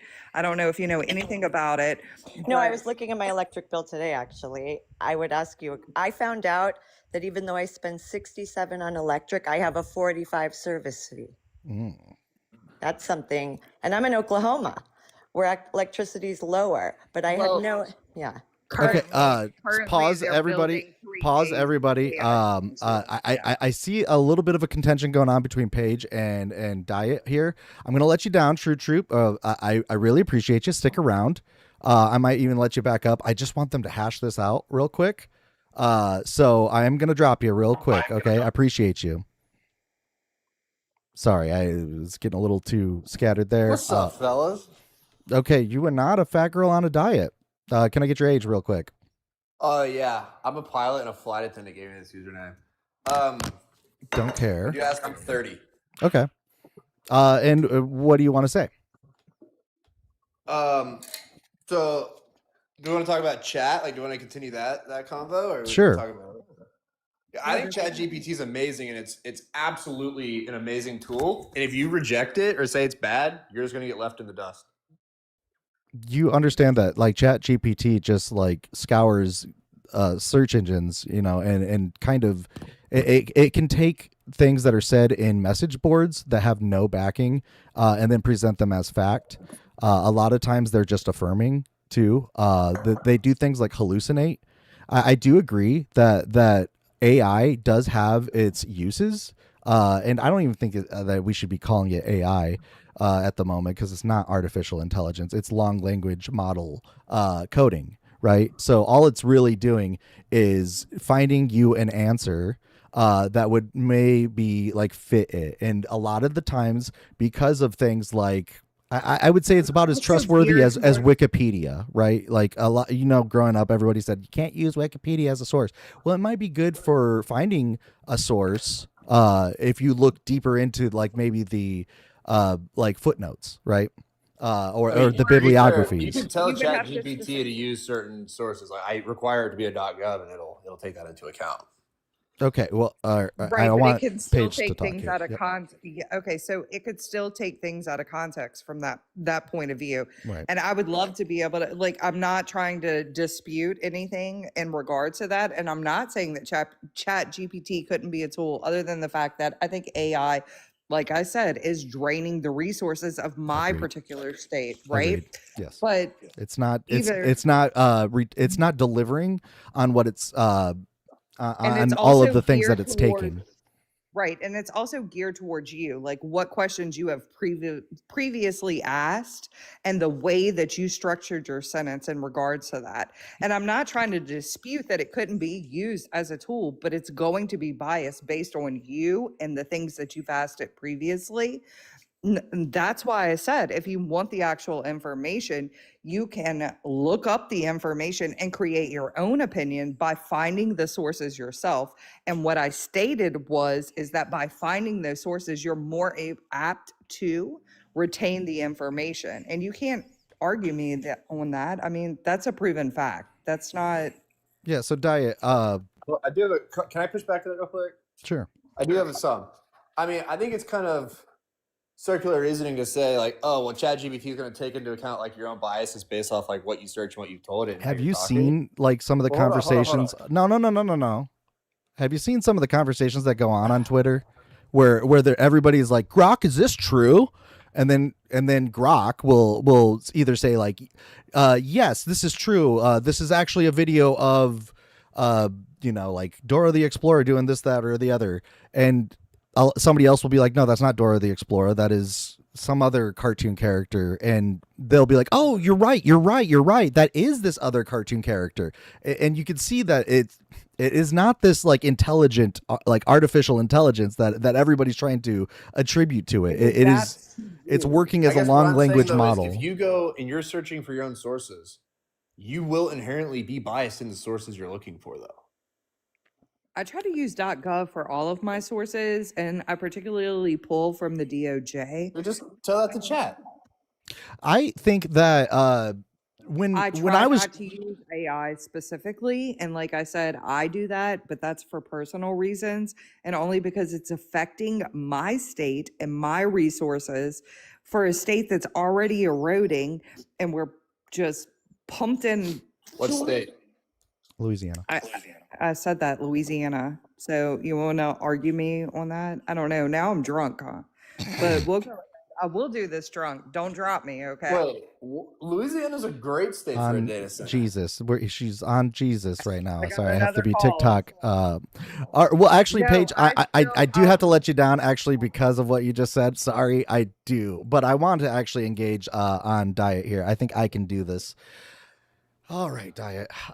So What's up, bro? I think that you might be putting a little too much faith behind artificial intelligence. No, you're fine, Paige. Trust me, I'm I've not been saying you there. should blindly trust ChatGPT. I'm saying it's an amazing tool that can go and aggregate and search for data much faster, much more efficient to us. Yeah, you still got to use your brain. You can't just take it as the word of God. But like, if you don't embrace it, you're gonna get left in the dust. Okay, so I can work with that. So like when I was diagnosed with cancer, and I got my like my test results, if you will, from my doctors, a lot of that was in jargon. And so what I just did is I like literally took the PDFs and just like dragged and dropped them into ChatGPT, and I was like, "Can you explain any of this stuff to me? Because it's Greek to me."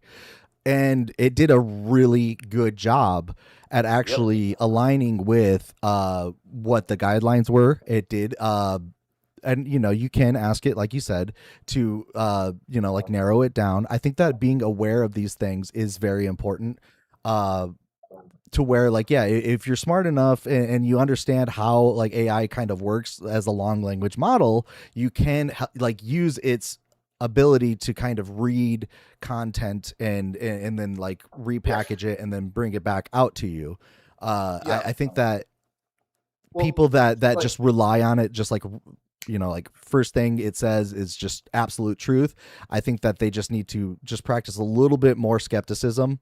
And no, Paige, you're fine. I mean, you're fine. Look, if someone says like, "Oh, you can't trust ChatGPT," whatever, like it's unreliable, you got to understand though, the same thing was said about the internet 20 years ago. Oh, you can't believe everything you see on the internet, which is like, yeah, of course that's true. Yeah. But you got to know how to use the internet. The internet's Right. amazing, right? AI is not going anywhere. Paige, I can't let you up. It's just a TikTok thing. Nothing personal. So what I would say is calling somebody a boomer like right off the bat like that was a little harsh. Especially The boomers are what are dividing this country. Okay, so that's what you're gonna say is like the reason why we're being divided. Before we get into that, Marquez, can I get your age real quick? Marcus. Yeah, Marcus. 43. Okay. All right, Marcus. So we're gonna engage this topic real quick. So Gen X and Boomers. So you're saying that like maybe Millennials and Gen Z are more of a force that's trying to bring people together, whereas Boomers or Gen X, or maybe Boomers were they kind of ruined society for everybody else. Or No, go here's on. the thing. What I'm saying is, and I don't blame the Boomers or Gen X or any of the people for this. I think I would have done the same thing they did. I think they have gone and they've put in, I think they experienced what I'll consider a massive boom in the United States with, the digital age coming. I think wages went up. I think cost of living was much more reasonable at the time. And I think legislation and government, like fiscal policy, has been a massive asset to them in ways that I don't think most realize. Like the deficit spending between the year 2000 and now was a direct benefit to Gen X and the Boomers. Have you right? So now. I just wanted to like, have you heard about how and this is neither like this isn't me being anti-Trump or anything. Like Trump just said something where he doesn't want housing prices to go down. He actually wants housing like worth to go up because of people that own houses. But like people that own houses so they can get more, worth out of their house. I completely disagree with that. I think that affordability is a thing, and that first-time home buyers should be able to, purchase a house. I think that renting is not helping, especially when it comes to people that own multiple properties or corporations that are buying up, like single-family homes. I think that if we can, find some sort of middle ground here, housing has gone up so much just from 2019, where houses have like doubled in price or like worth. Anyone who says it's not the government's fault doesn't know what happened. Right. I would say like regulations, banking, like there's a lot that goes on with it, right? Like 2008, the whole like banking housing crisis, there's a lot. But like when it comes to a third of all money in like a year, they distribute it. They give money to these small businesses and then forgive them. Where do you think the money goes? When they print money, trickle down economics, it goes to the top. So what happened? All these rich fucks went and bought it. Stocks went up. People could afford houses. Bam, rates are high. Housing prices double because you have massive fucking demand now. Right. So yeah, now we're stuck with it. Just to be clear, though, I am a Republican. I voted for Trump. Right, and median income hasn't gone up. You know, like in line with the housing. Like if you look at the correlation chart of like how housing has gone, and the like median income of like the average American, you'll see that, you know, like since the like 80s, 70s even, you know, it's only gone up maybe a couple 10,000 in yearly income, whereas housing has doubled. You know, I've seen houses that were worth $100,000 now worth 300,000 to 400,000. Yeah, this is what I'm saying though, in that the boomers have, you know, been a massive beneficiary of fiscal policy in the sense that, you know, they love to sit there and say, oh, well, when I bought a house, my interest rate was 10%. Yes, but it had never appreciated with 2% interest rates backing it prior. That's why we saw such an increase in housing prices from 2000, granted we had 2008, but to 2020 before it truly popped up. Because now you can go buy a house really after 2008 at 2% interest. So of course it's going to go up a ton. So now, Okay, so 2008, it wasn't a 2% interest, but go ahead. what was it after? Well, 2009, what was the interest rate? I'll have to Google that information to give you the interest rate, but 2020, or I'm sorry, 2021 was when our interest rates were at 2%. But 2008. Why don't you go look up what they were in 2009 and come back? Because they were low. Okay. Let's see. The Federal Reserve, like after the housing crash, it was Zero. this sounds right. It was like 4.5%. For like at the start of housing blow, at the start of 2008, which we're 5.8 right now. Or I'm sorry, and I could specifically tell you right now, I built a house on family farmland that's been in my family for 200 years. This past year, like next month I'll make a year, and I'm 5.8% right now. So historically, that would be the average, right? But for you to say, yeah, in the 80s, they were 18%. But that's completely different. A lot of that has to do with inflation of and tariffs, etc. In regards to materials. Now there are less people to work on building the house, et cetera, et cetera. So for Not you to all, blame yeah. it, People but had there's equity. So many different, Yeah.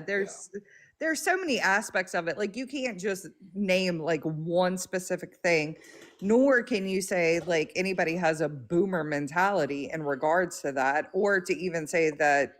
I don't even know what your basis is to say. Okay, let me explain it. Okay, no. If you ask an average boomer today why the typical millennial or Gen Z can't afford a house, it's because they're going to say they didn't work hard enough, or they're lazy, or they're entitled. Yeah. That's the boomer mentality. What I'm saying, it's bullshit. We worked just as hard as they did, but can't get the same. We can't buy the same shit. Our purchasing power is so much less. I agree. And a large part of why they're now worth so much money is because the government has been dumping massive amounts of liquidity into the market, and it's flowing to the top, and you're inflating assets, and that helps people who own shit. Yeah, I would agree that circulating like the wealth is not happening. It does seem to hoard up at the top, and then we see where, you know, like of course you're gonna have, if it keeps getting hoarded at the top, and it's not getting brought back down by trickle down economics like we've been told for the last 50 years. Then you're going to have to print money. You're going to have to raise the interest to like curb inflation, or cut interest depending on how it all goes. But I think that, I agree with that point on diet. I agree with that too. I'm not arguing that aspect of it. I think particularly what I'm saying is that you can't blame it on a particular generation or say that it's something related to that generational mentality, right? Because the dollar just isn't backed as it was, period, in our economy, right? In the state of Louisiana, minimum wage is $7.25 currently, right? That's federally. That's national.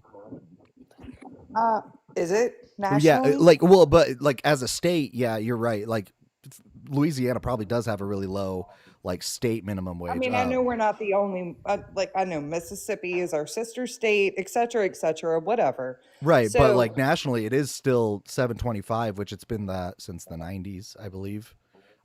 Maybe like early 2000s. but that just, but I mean, I don't think it has anything to do with the particular generation. I think the problem is that we haven't kept up with inflation in general. I mean, the average household income now is like 85 to 90 grand or something. That's a lot. Let's Is it see really here. Let me though? see if Because I when can I pull up first something. graduated from college or whatever, I was making $12.50 an hour. But at that time, $12.50 an hour, and I was renting something for $425, right? So there's no way I could rent a 2-bedroom, 1-bath house for $425 on the North Shore now.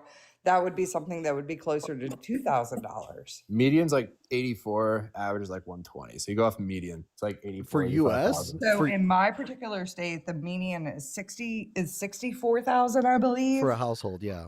That's about Yeah. national. Yeah, that's what 64,000 is pretty much what national average salary is. Median might be a little bit more I than mean, that. I think where the biggest thing comes into play, right, is going to be like on taxation, because in a Median's dual, 83. Sorry. so a dual like college educated household making above, so that would be 22% being taxed on 22%, but you're really carrying people that are considered middle class, lower class, and then you're also carrying the rich at that point because they're able to skate away with 12%. Whoa, whoa, That whoa. makes I don't sense. think you get how the tax code works. What do you mean? I don't Progressive get how tax. it. It's a progressive tax system. Right.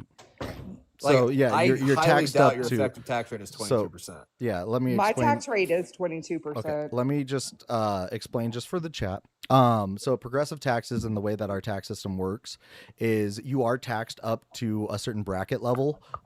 Say like the first $25,000 that you make, you are taxed at nothing, right? That first 25,000 is whatever, and these are just numbers I'm pulling out of my head right now. And then say like from 25,000 to 50,000, you're taxed at 10%, and then from 50,000 like to 90,000, you're taxed at 15%. And so it's only for those like periods of brackets that you're being taxed for, and that's what progressive taxes is. That's why flat taxes, they call that regressive tax, because it doesn't help out people that are lower income, where progressive taxes does help out people that are like on poverty level and below. Usually that's like that $25,000 kind of benchmark. So yeah, that's how taxes work. It's not just like a flat rate, but you can take everything that you've paid in for taxes and compare it to your like adjusted gross income, and you can see how much was taken out compared to how much you put in your pocket. So there is a way to figure out Larry, a percentage. Like, what's And your of household course, income? I can itemize, and I do have standard deduction, and I can write off my mortgage interest, et Right. cetera, et cetera. It's become bumper sticker. What's your taxable income or household income? My taxable income for my household, this past year, I just submitted the information, was 200, we'll say 205. Right, not bad. You were probably taxed about 20%. No, Yeah, that's no, true. I'm not. I live in Louisiana, which is the highest tax state. So no. Including state taxes, it might be 22. It might be a little bit more. I could see that. Well, actually, like if I include my state taxes or whatever, I think I'm closer to 26%, Oh. but only because Louisiana is getting screwed over so bad. But that's neither here nor there. Yeah, And I get do you. understand progressive, and I am subtracting. You're right. Okay.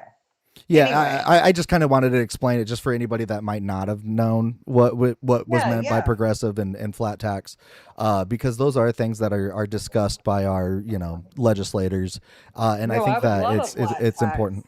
See, If some rates people drop, would. Some people I would don't. love it. If rates drop to like back down to 3% mortgage rates and shit, which maybe they will, maybe they won't, I think it solves the housing problem. And look, I feel like I'm an independent progressive, right? So I would love a flat tax. I would love, I mean, like Not very really, progressive.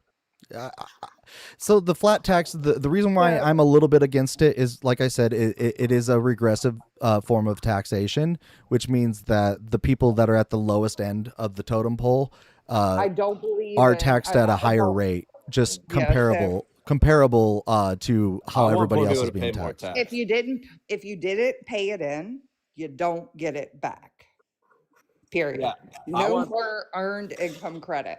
So, Gotcha. yeah, if you paid it in, you have the child, you have the dependent, or et cetera, et cetera, yeah, you can get some money back, right? But why should you claim zero all year? However, have a child and then get an earned income credit plus a child tax credit and then get a $6,000 tax return. Meanwhile, I owe 14,000 at the end of the year or whatever. You know what I mean? Like something Right. crazy. And earned So income, like, that works on a bracket system too. So like, if you, I I think know. it's like I'm around like throwing off some $30,000, and this is I from when I throwing used to do outrageous. would love. taxes. I hate the current tax system. Uh-huh. This year, 25, Mm-hmm. my federal tax, I'm a single dude, so I get screwed. Same. I think my total tax, I will pay like 170 grand. I said one of red right hand. I said one of the highest tax states, and our average for is 10.2%. Anyway, I'm Okay, sorry. so before we move on, the TI, I see you're in here now, and Marcus, I do want you to have a moment to talk. But Ti, what's your age, real quick? Yeah, I'm 19. Okay, just take a moment, and then Marcus, did you have anything that you wanted to discuss? I mean, we can kind of change things up a little bit. I think that the talk on taxation can go on forever. So it's interesting. I think that you're right. Diet a little bit there with the housing. I think that that's why I added a little house on my little image. I think that that's something that is worth looking at. I think that maybe even changing the dynamic or paradigm that we have when it comes to like trickle down economics might need to be looked at, like in revamped. Perhaps maybe we can Wouldn't ask it be Chat great? GPT.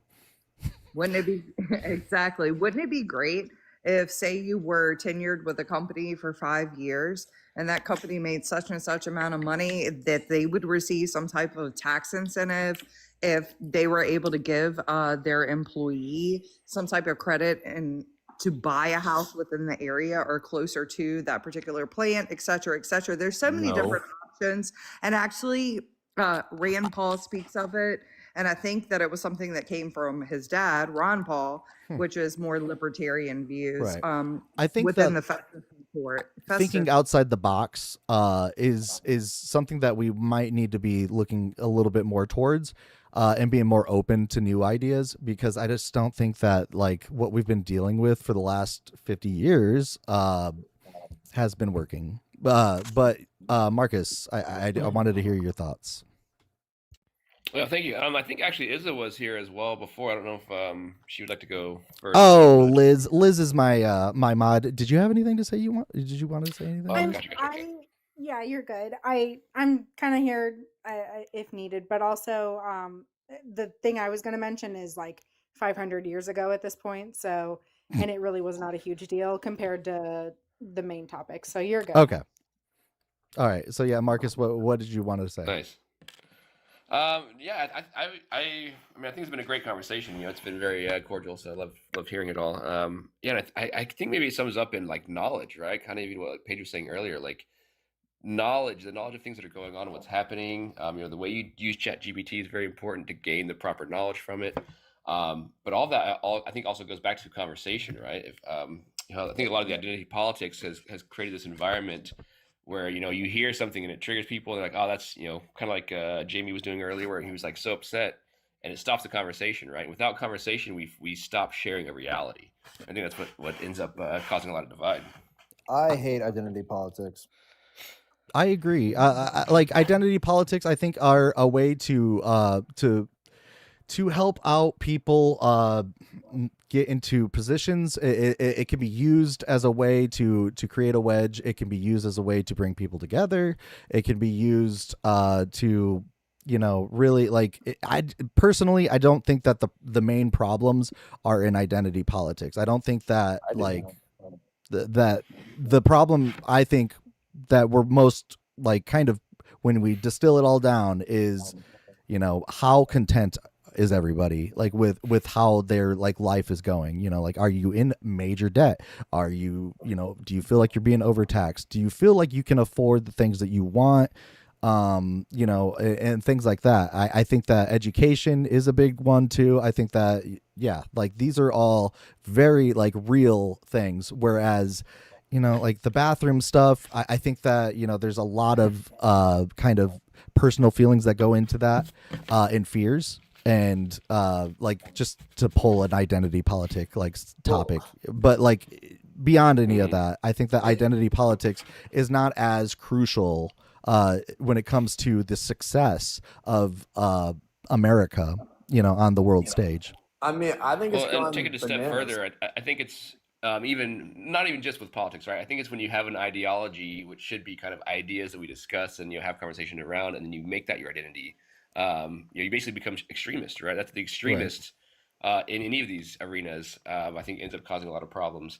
And it's When hard. the ideology becomes their identity, whether it's in like religion or politics or social constructs, things like that. It's hard to be open-minded too. It Sometimes stops the conversation, right? it's very easy to get stuck and be stubborn, right? Like to just be like, I'm firm in my ground. I don't want to be swayed. That's how a lot of people conduct themselves. And I think that kind of that opening up might help a little bit. And I think that that's kind of why I'm trying to have these types of conversations. But go on. I think I that think it's great. I'm so sorry. I think that kind of goes back to what I was trying to say earlier when I was on my other account before I was ugly. Sorry. Anyway, so I think that a lot of that kind of goes back to, like, if we're going to talk about a generational divide, right? Is that with a lot of people that are Gen Z or elder millennials, that we were the latchkey kids, right? And because of that and lack of education, because they were funneling money, like during the Reagan administration, lots of money was lost, right? From education to war. And then especially like George Bush, the original, the first, So when we think about that aspect of it, you can really see that there was a big divide at that point, whether it was actually spoken or it was unspoken. And a lot of people are frustrated. Like there's no, and this is exactly what happened in Germany, what happened in Italy, et cetera, et cetera. And that all comes back to, like I had said originally, if we just look at the civil rights movement, and we can see like where our country really did originate with that, but nobody has that history basis because they did funnel that money, and no one was educated because they wanted us, like, we're ants. We're just working. That's it. We're all just What are working. you talking about? Okay, so I I got another person on. I do have to drop a few people just to keep things a little bit organized here.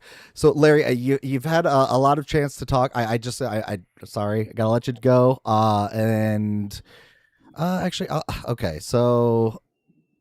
I mean, Diet, did you have anything? If you want to stay up, I think that you actually have some contention with some things that people bring up. So I think that you might be good to. I love Yeah. discussion. Okay, sir. So, all right, Marcus, the TI, TI, what's your thoughts, real quick? Oh yeah. Well, I just think the biggest problem in America, and I'm being serious when I'm saying this, is Jewish and Muslim people. I'm being serious when I'm saying this, man. Because I'm going to explain. Because we have a group of people who have an ideology that's contradictory to what America has already established as our moral and legal values. What are you talking about? Hold on, like everybody pause. Maybe I might let the rabbi take the reins a little bit, but okay. First off, yeah, there's a rabbi above you. So Ti, I don't touch on this. Ti, I just want to stop you there because it seems like we're going down a little bit of a Groiper pipeline here, and I don't really care for that because I think there's a lot of misinformation that goes on, especially when it comes to claims like that. So it could be helpful to call in and and sort of explore the ideas and clarify and verify. But I want to make sure that you're comfortable with that, Benny. that's fine. Yeah, so when you say that that Jews are anathema to Didn't say American that. values, you, what does the word anathema mean? That it is in contradiction to what you said. So okay, so That's how not would what anathema means. yeah, what were you saying is the issue with Judaism in America? Yeah, I would say like it's contradictory cultural wise. Obviously we've seen like the embodiment of like Jewish, I guess, culture, embodiment of Jewish religion when it comes to at least like rabbinic Jewish tradition when it comes to like Israel, as well as like an American culture. We see that the Jewish people love to spit on anybody they dislike. I think And they you're love and they, making a generalization there that I would like ask you to not make, because oh, it's I would okay. not say that all Jewish people are like pro state of Israel or things that Israel does. I think that there is a separation. Yeah, when I'm saying Also, like Jewish people, I'm just going to be referencing like the religion. And I would just say like Israel is going to be the promulgation of the cultural and religious norms of Judaism. Do you know what it's rabbinic interesting Judaism because is? I guess it's an ethno religion. I'm referencing the religion part of it, buddy. Sure, let the rabbi talk. that is precisely what Al Husseini said as he was meeting with Schmittler. By the way, he said that Zionism is the spear tip of the globalist Jewish entity to try and control the world. I don't think that's what I said. That is like exactly what you're saying. Did I mention Zionism once? When you're referring to like an allegiance to Israel, like as a state, that is what we colloquially now call Zionism. That's not what I said either, by the way. I didn't mention any. You said that Israel was at the forefront of the Jewish like, I guess, goal. Bruh. So I said that Israel, the government itself, its legal system, is based on the culture and religious norms of the Jewish people when it comes to their religion. That is what I'm referencing. I never said anything about Zionism, which I would say. Wait, I didn't know. That's not a true statement. Just really? to be clear. And then, yeah, it's not a true statement. What's your epistemic justification for your position on regards Calm to what down Judaism on believes? that one. Rabbi, what is answer my epistemic? I'm an expert in Judaism. I have so appealing to authority. What is that? This is begging the question, bro. Congratulations. You can appeal to your own authority. You should appeal to experts. You should appeal to experts. Yeah, like you shouldn't if they don't have any basis. No, appealing to authority fallacy is you're misusing the fallacy. If I say what I am saying is true, my interpretation is true because I'm an expert. Okay, that's appealing to authority, buddy. Yeah, you have made several claims and then you've walked back from them. Name one claim I walked back from. And then you've walked back from. Literally every single thing you've said so far. Name one. Walked back from. Name one. Each of them. Name one. You have not said one thing. I'm speaking You have English. not said one thing. You have not said one thing that you have stuck to your pews on. Right. So like Name when we tried to like repeat back to you what we're hearing from you, you said no, that's not what I said. And then you I like didn't mention Zionists. I didn't say that. I didn't mention any allegiance to Israel. Okay. I said that the Israeli government is the promulgation of Jewish norms and religious norms. That's what I said. So do you think that Israel that doesn't make any sense? How does that not make any sense? If I have a government that's based off of religion, I am saying that the government not system off of religion. That's the point. Yes, it is. What? Okay. In what way is the Israeli government based off of religion? Oh yeah, I would just say like the system of government is based around the Judaic religion, even like the name of the government. The system of government, the parliamentary democracy, is based on Jewish system of religion? government isn't only referencing. I'm not following the function part of government, buddy. In what way is Judaism informing the Israeli government? Informing? Right. I don't think I said that word either. You said that it is Okay, you said that the Israeli government is promulgating Judaism. That's not what I said. This guy can't hear. You're right. I do have hearing Okay, loss, but what? So what am I explain it missing? to What us. am I Yeah, missing? explain it to us, I please. said that the Israeli government is the promulgation of Jewish norms, both cultural and religious. Okay, That is give an not example. Yeah, sure. I'll just say, like, it's made up of a bunch of T groups that were Jewish. That's not an example. What are you talking about? Like, how is Yeah, it Jewish it's- norm? How, like, what are the Jewish norms that build Israel as a government? Yeah, the name. A name? The name of the government. Like what part of like parliamentary democracy? Knesset meaning gathering. When did I mention? meaning- Wait, when did I mention the functional properties of the system? When did I say You that? said That's what your whole fucking Why don't stance you was. close? How Why do you don't know what I'm close referencing? Wait, Why who's this don't guy you speaking close above me? This is kinda ChatGPT troll. and have a conversation? I'm literally drinking a Starbucks coffee right now. Please, I'm not doing anything for ChatGPT. Yeah. Okay. So, give one example in a way that Judaism is being promulgated through the Israeli government. or the other way around. The Israeli government or Israel Whatever is you want to say. Give one example. yeah. Yeah, just Israel said and the way it treats others is Its is name a is not an result of. example of Yes, it like, is. platform, bro. Yeah, it is. Why do they call it Israel? Israel. Yeah, why is The Israel called name. Israel? So you're Israel, like the Hebrew for like to wrestle with El, God. Yeah, where'd that come from? The Torah, Which is what? which is okay. Book So of the Jewish people. Oh, so the book of the Jewish people. So the book of the Jewish people, which the Jewish people follow, I is don't- influencing the government in the name. Thank you. I just gave you an example. okay, but like, where is the idea? Like, okay, so a name. We got a name. Okay, Wait, that's a concession. Just admit you're wrong. Athens is named after Athena. Do you think that like Athens is now like completely just it's just its whole like system Run by the Hellenists. yeah is Hellenist in not Greek Orthodox? That was a WChatGPT comment. Yeah, so I would just argue that the distinction between Athens and I would say, I guess, Israel, is Israel was named by the people that still have it today. For example, the Jews.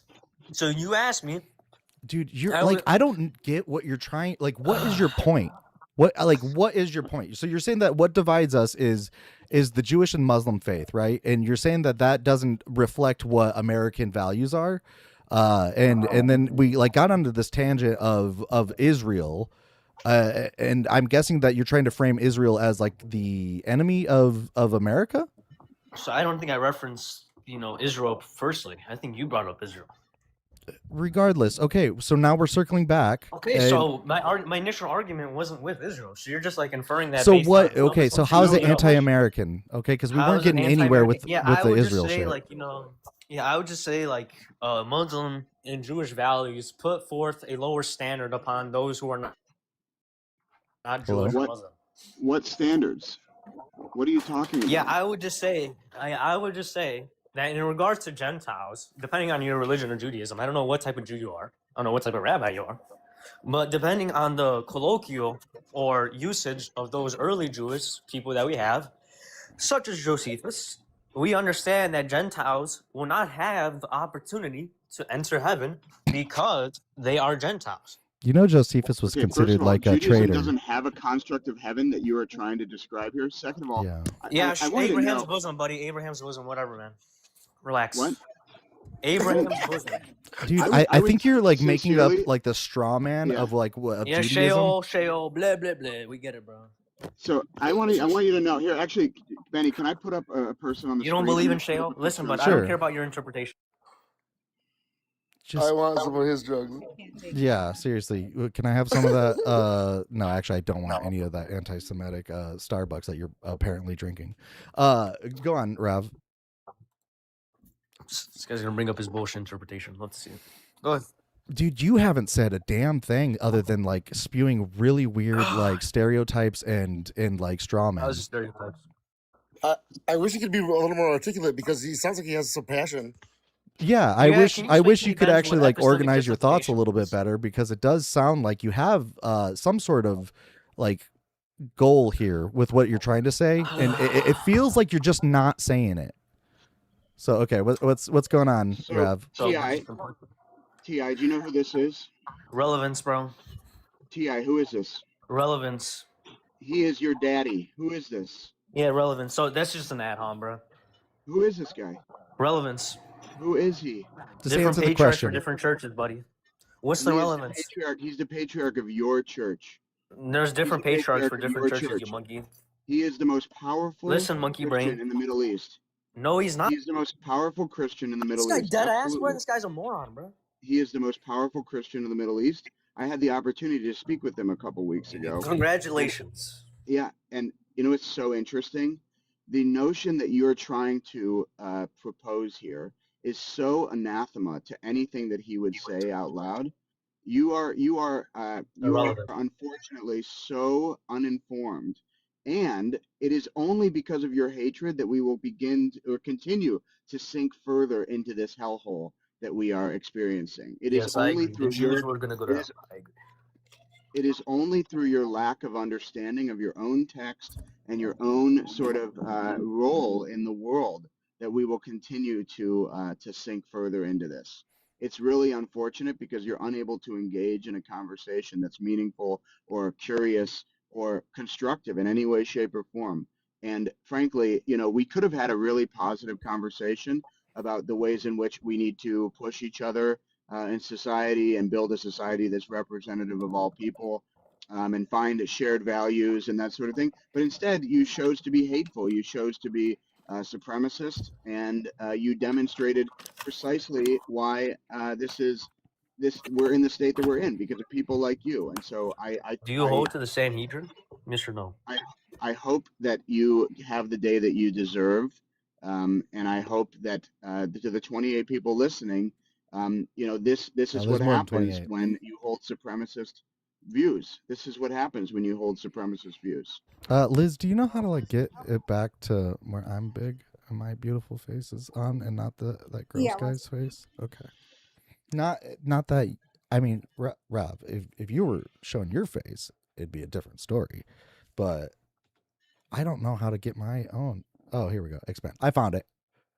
There it is. All right. Yeah, it's that like not showing up in the way that it normally yeah, does for it's me. So. different. Hey, Ben's host, Norton. you handled that very well, by the way. Calmly, tactfully, and respectfully. Yeah, Benny, can I get here's your my age real issue. quick? Oh, sorry. Just real quick What for was that? Ben's. What was that? I'm sorry. Can I just get your age real quick from you, Ben's, and then also you, Fred? I'm 42. All right, and then Fred. Are you there? Okay. Can just get your age real quick. 26. Okay. Pause, and then what'd you have to say, Rav? Yeah, I think what I am most troubled by is the absolute certainty with which people make these comments that they clearly heard somewhere else and are sort of sticking to a script that they're not actually sort of engaging with in any critical way. It's almost like we and discussed this earlier. Like I was discussing this with other people, saying like, yeah, don't like just run with it, please. Go on. just be a person. Yeah, let the walls come down and be a critical thinker. And then I think that the world needs to have an honest conversation about the fact that 95% of Jewish people identify themselves as Zionists, and I would say 80% of Jewish people around the world despise the Israeli government in the way that it behaves. I think that that there is a serious misunderstanding of what Zionism is and what it means to Jewish people. Yeah, that's why I And wanted to use that colloquial word. Well, a lot of people despise the way. A lot of Americans despise the way our government operates too, though. True. That's exactly right. Yeah. I love being an American. I absolutely love being an American. I despise our government. And I'm a disabled combat veteran. So I love Israel. My family are Israelis. I go to Israel. I despise their government. I despise it. I want to hold them accountable in the same way that I would hold any supremacist government accountable. I don't think people understand how harmful it is to say that you would advocate for the destruction of a state without considering the impact of the people. We should always be critical of governments. We should always understand the impact of our comments on people, on real lives of real people. That's it. That's all I have to say about Mm. it. Always well spoken. And Benz, I do want to thank you for your service. And Benz or Fred, did you guys have anything on the topic or that you wanted to add? What Well, is this Or is about? Marcus? I'll yield. Oh, it was mostly about what was being said earlier. Part of it is that, fundamentally, I think that the conflict is over competing national sentiments between Jews and Arabs. And I do think that they are incompatible in terms of the maximalist project for either. The Jewish national aspirations cannot fully be met at the same time that the Arab national sentiment is fully met. Yeah, Now, that's I why would disagree I that. would say that secular like ideology would probably prevail when it comes to the overall well-being of like humanity. Well, I said two secular sentiments. I said Jewish and Arab. And it is perfectly possible for both of those to be secular movements. We have to remember that for much of the 20th century, both of the, let's say, tip of the spears of the movements were secular and left-wing. The labor Zionists of Ben Gurion and Golda Meir, and the Arab socialism of Arafat. And the early Muslim Brotherhood, like before Muslim Brotherhood went the other way. Gotcha. Well, I wouldn't say that they were ever secular, but the PLO was, right? The PLO was absolutely Right. a secular and socialist organization and disproportionately represented by religious minorities. So it was very much not an Islamic or Islamist movement. Even today, Fatah is a secular party who arrests Hamas members if found in the West Bank. Yeah, of course. Yeah, of course. So I don't think that I think that when it comes to you can't the secular nature of the PLO and the secular nature of the labor Zionists didn't, I would say, prevent the fact that Arabs and Jews had fundamentally different aspirations that couldn't really be reconciled. The only way you could reconcile them is if you would somehow reverse the idea that Jews gain national consciousness, which isn't going to happen, or vice versa for the Arabs, which also isn't going to happen. Now, I do think that there are times when religious leaders do often, in both camps, both among the Arabs and among the Jews, encourage certain or inflame tensions, right? We can talk about statements said, if you want to talk about the Grand Mufti of Jerusalem, all back then, he inflamed tensions, obviously. We can talk about the unfortunate statements made by the chief Sephardic rabbi that I think have been, unfortunately, inflames ethnic tensions in that area. Well, that's what I was going to say. It is the muddying the line between religious and secular that often inflames the most. Right. I think it can inflame it. So I'm not going to say that it's all on the fault of secular authorities, though they have plenty of blame, nor am I going to say that religious authorities in the area don't have some blame. I do think that some of the worsening of relations between Jews and Arabs can be blamed on the religious authority, whether they be Jewish, Muslim, or Christian. But in the same way, I think that the left-wing socialists in both camps, be they Jewish or Arab, also have quite a bit of blame. I mean, when people talk about the Nakba, that was done by socialists. It wasn't right-wingers who did it. It was the Haganah, who were mostly socialist, or at least they were of the left wing of the Zionist movement. And so in that sense, it is fundamentally a conflict with two ethnic groups. And you can't really make it so that these ethnic groups no longer see themselves as that. Well, the issue is truly, I believe that the issue is that the ethnic groups refuse to recognize the trauma that the other has experienced, prioritizing their own trauma in front of the other. And I think that it requires an acknowledgement. Literally, I mean, Palestinians necessarily have to speak Hebrew in order to maintain jobs in Israel, but Israelis really don't speak Arabic all that much. It's like 19%, and most of the people that speak Arabic don't speak Palestinian dialects. Anyway, that's one huge issue. The other issue that I think is most pressing is that the people who want power take power. there is very little power among, especially in Palestine and Gaza, and probably more so in Gaza, but in the West Bank, the people who want power are the ones who take the power, and it doesn't. It doesn't seem to be getting any better with discussion or with there don't seem to be thought leaders. Diplomatically. I get you. Yeah, I think that's like Sorry. now that type of division is a very very very hard one to I think get everybody to look at critically with and I really wish I could. I guess I do appreciate the like civility of this conversation that's going on. I will say that. Oh, Well, I'm looking at can I weigh humans. in with my opinion on the prompt?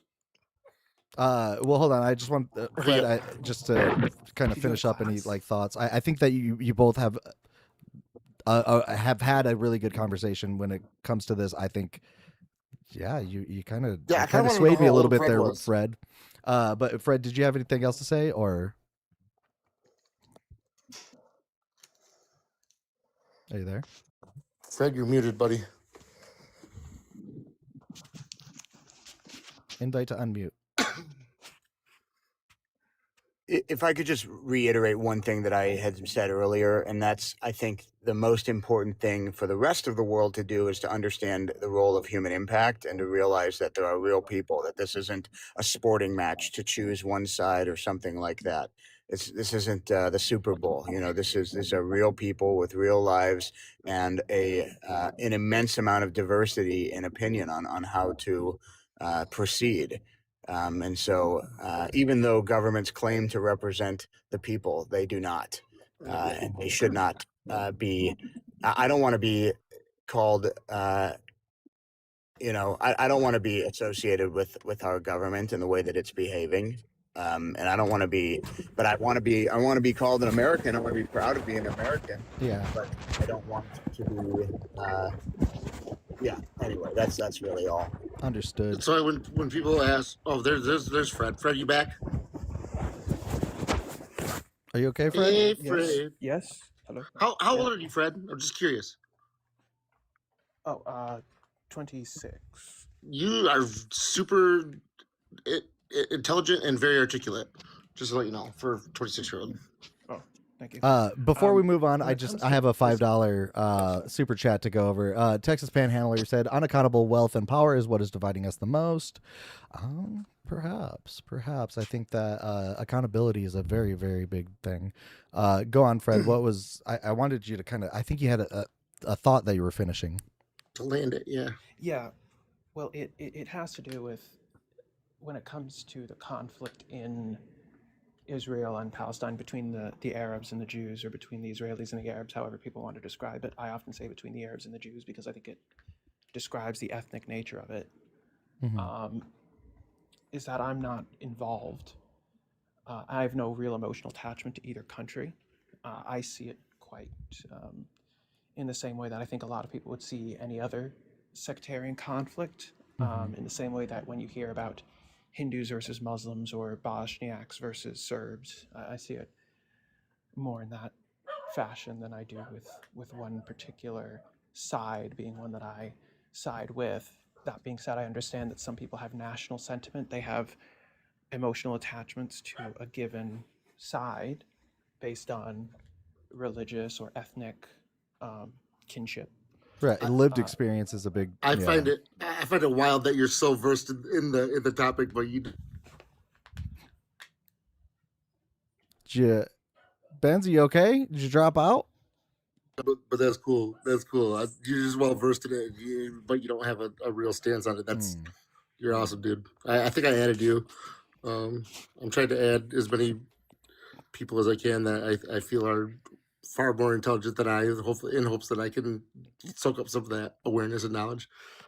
All right. Well, I have yeah. a stance, just not Go on. involved, but Yeah. Okay. Yeah. Yeah. So Benz, I think you said you wanted to address the topic. Yeah. That's I don't mind circling back around. I have about 25 minutes, so. Okay. Is us Americans, or is us people like humans, humanity? More. I mean, I'm fine with opening it up to a more global, like human, like talk, but more or less, I was kind of keeping it to America, just Okay. because there's a lot going on. Yeah, I feel you. I feel you. From my perspective, where I sit, it's 3-letter organizations. Whether that be like FBI, CIA, WHO, NWO, all the way to the top. The three. Come on in, brother.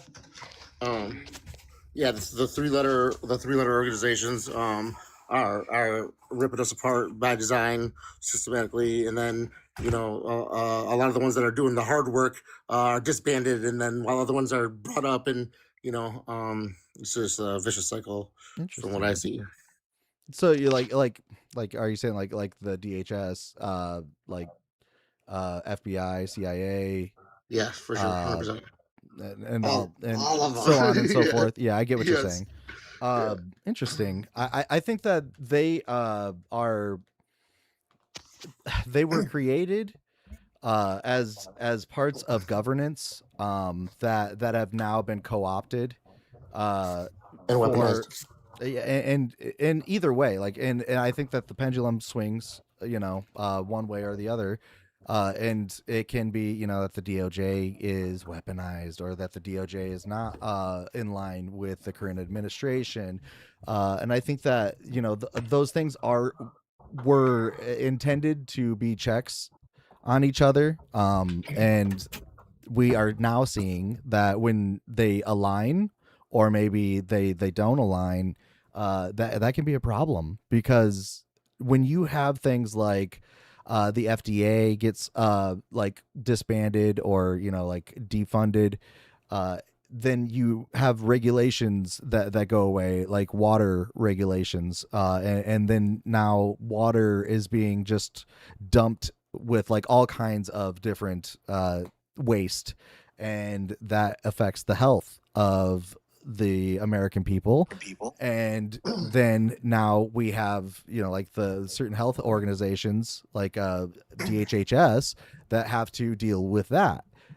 So not like having them aligned it can be kind of bad.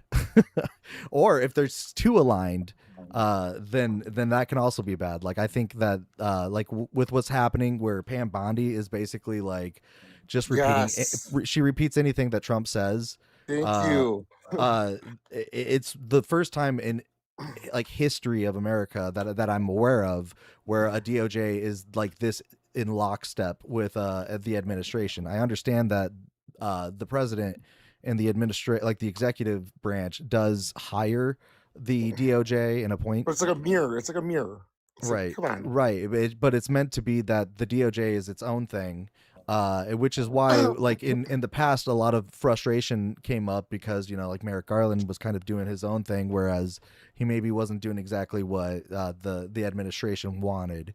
But that's how it was normally working. Like that was kind of the way that it went. And now we're seeing what happens when you align these things like in a way that I would consider is like authoritarian, to where the authority of the administration is now like from top to bottom, where Yeah, there's nothing to push back against it. There is that is not a checks and balances system at all. Right.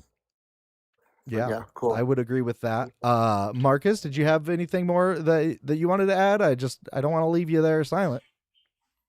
No, I definitely appreciate listening to the conversation. Yeah.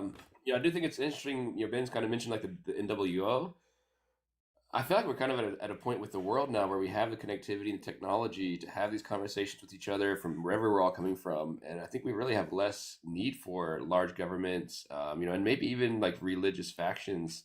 Though I still respect the personal aspect of it. So how do we kind of set a base layer of like, hey, if you're harming somebody else, regardless of what country you're from, what person believes, whatever, like we don't want part of that. So how do we kind of bring that accountability to the power and the money that have basically taken things over, right? Because I don't want them creating any kind of new world order, but we do need, I think, a new world understanding of, hey, we all want to be treated well and we want to treat each other well. And if we don't see that happening, we should have some The NWU. I like it. I like it. The NWU. Let's go. As when I was younger, I used to like sit and think, before going to bed or whatever. And I used to think, man, like with the internet and everything, we are someday going to have a moment. And I think we're seeing that now, where the world stage has become more open, and we see maybe the trials and tribulations, the lived experience of people that we normally would not have any sort of access to, other than like maybe on National Geographic or something, right? So like we're seeing firsthand accounts from the Gaza, from Gaza and the West Strip or the West Bank, and we're seeing what it's like to be somebody from Greenland, while Trump is, kind of doing his thing with Greenland, or was doing his thing. I don't know if he's over that now, whatever. But it's really starting to like balance out the ability to empathize. I think that that's a very important thing. And I think that by allowing for this like world stage to allow people to like kind of like share their experiences, their thoughts, their their ideas, that they're able to, that we will hopefully be able to kind of like amend how things are going, and we start to see each other as other humans, and put each other's like shoes on.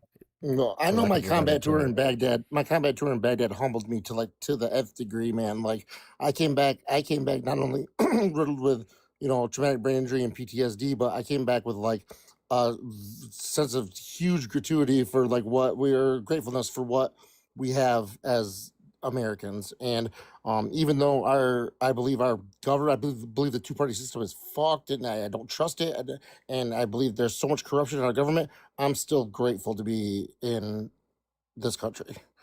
Yeah, and like okay, and I think that that's like a really good uh I guess view from somebody that is like worldly, right? That has traveled, that has actually visited and experienced it firsthand. But that's, oh, thank you, Miss Julie. My birthday's tomorrow. Yes, I'm not a Groundhog's Day baby, but thank you, and it's nice to see you, Miss Julie. It's been forever. I think that we didn't have the ability to maybe see what it was like before, and that this is starting to open things up a little bit. It's going to at first probably be contentious between people, and I think that we're noticing that with the way that debates go, like especially on TikTok. It can get heated. It can get to where people aren't hearing each other, and it's almost like two walls, like clashing up against each other. Where that's why I try and like frame certain like topics to not take one side over another. I'm gonna have my opinions, right? But I think that the most important thing is to hear people out. Even like when they have like wild stuff. Now I will, if they're gonna be like not respectful or civil, yeah, I'm gonna boot them. But even like the wildest opinions, I will entertain, because I think that everybody should have a chance to be heard. For sure. Hey, Trevor. I subscribe to the belief that social media and AI are the collective consciousness of what is. And it is on us as humanity to use it, to figure out how to use it in a way to unite us instead of let it destroy us. I believe uh, uh, it can be manipulated either way, and maybe the last world war isn't a war that we fight with bullets, and maybe we're fighting it right now as we're on social media trying to figure out whether we're going to come feels together like it. or whether we're going to be torn apart. Sometimes it does feel that way. I think Yeah. that people are, what do I want to say, like aggro by nature, like it's almost like, it's a natural instinctive thing, right? Like when two dogs kind of come into awareness of each other, they might, it's like fight or flight, or they get along and so forth. I think that humans are very much the same. I think that, like I've seen where going out and experiencing nightlife, people go out just to go have a fight, while they're having a few, yeah. And I think that was something that I've noticed in certain areas. Other areas, it's not quite like that. I think that it can kind of come in phases. It can evolve and it can fluctuate. And I think that it's a really interesting thing to be aware of. And I think that like asking that question, Marcus, was like a really good one, because I think a lot of 100%. people get lost in the, like stubbornness of it all. I do have somebody here. Golden Leaves. Can I get your age real quick? Abracadabra, armor unai, arma unai, morta ugar. Abracadabra. I don't know that number. Do you? Thank you. You're a little off key. Yeah. Abracadabra, abracadabra. Feel the beat under your feet. The floor It's is like a on 3 out of 10. fire. All right, guys, get rid of him. Oh, no, I like to let them. Are you Is done? that Get it? it out. Are you done? Get it all out, buddy. Yeah, get it Get out. I'm done. Thank you. Benny the therapist. Just a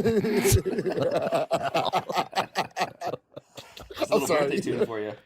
Get it out, yeah, because then they'll, when they don't feel like they've gotten it all out, then they want to come back up on Come a back. different Yeah, account. right, Yeah. right. Yeah, I didn't think about it Keeps like going that. on and You are on. smart.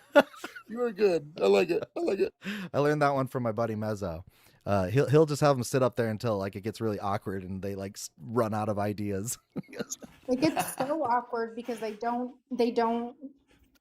not used to people letting them do that. Right. So then they So feel then they're weird. like, you're really not gonna kick me? Like, well, shit, what else do I do? Yeah. And it's funny. It's entertaining. Yeah, It's I've nice seen As long as where they're not being racist or like, right. Yeah, I've seen where they've come up like that, and then they actually like take part of the discussion. yeah. But all right, well, I don't know if I have anybody else. Let me check some things here. I'm gonna move forward, guys. Hey, yeah, I really appreciate all you guys. I am here to try to gain awareness and spread awareness for anything that I might have, and I feel like you guys are in line with that similar mindset, and I appreciate every one of you. And I hope we can all start using platforms in the way that you, Benny, are using it, and try to bring people together instead of try to divide people, because there's a lot of fucking hate on here. well, yeah. Thank you. That's really nice Yeah. of you. And honestly, Benz, Happy birthday. again, thank you, and thank you for everything that you did, service wise, and bringing these awesome, talking points in. I really appreciate it. And yeah, I'll see you again, Benny. Yeah, see you around. Yeah, thank you for everything, Benz. We appreciate everything. Yeah, thank you, Marcus. Yeah, if you have anything like last ideas or anything, because I am probably gonna close this up here. I only got like 12 minutes, and nobody else is in any of my queues. So, I have a kind of a thought. It's kind of developed Sure. back to like the AI thing. I was thinking about this Sure. today, and it feels like there's like universal knowledge, right? There's knowledge out there. We haven't Mhm. discovered it. Maybe it's like the scientific process. We created Mm. books to start documenting what we learned, all this I stuff, like right? this stuff. Yes. We create computers. Yeah, right. So to me, it's like we're I think as humans we are trying to develop tools to access the best knowledge. So I don't know. To me, it's almost like I feel like there's this unreasonable fear around AI. Everybody's like really scared of it or whatever it might be. But I feel like to me, it's almost like just an iteration of us creating a tool to access the knowledge that the universe has already. So we So, got to do it in a way that you actually get the good information back, right? So what I I don't know. always What do you think kind of drives that fear of AI or I don't know. okay. I don't know how to really word that question, right? But you know what I'm saying there? Yeah.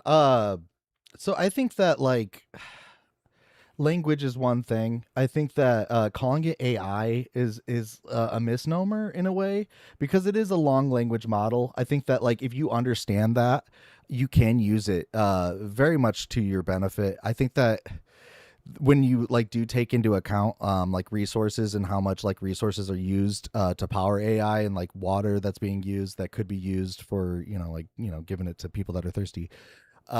There's like some moral like but when you just like look at it from the aspect of like gaining knowledge, I agree with you on this. Like I think that what I always say is like absolute truth or like objective truth is asymptotal. That's the word. And like for anybody that doesn't know what asymptotal is, it's a math term. And what it means is when you put in a certain like XY like algorithm, you might get curves that don't like end. And between those two curves is like it goes to infinity basically. But they never reach that point of say like objective truth, but it gets closer and closer and closer, like infinitely. So I think that with technology, with discussion, and talking to each other and science and all of these different things, that we will get closer unless some like catastrophic thing happens to what we would consider this objective truth. We may never actually find it because, as humans, we are limited. I mean, there's like colors that mantis shrimp can see that we can't see, right? So like there's just things that we will never be able to perceive.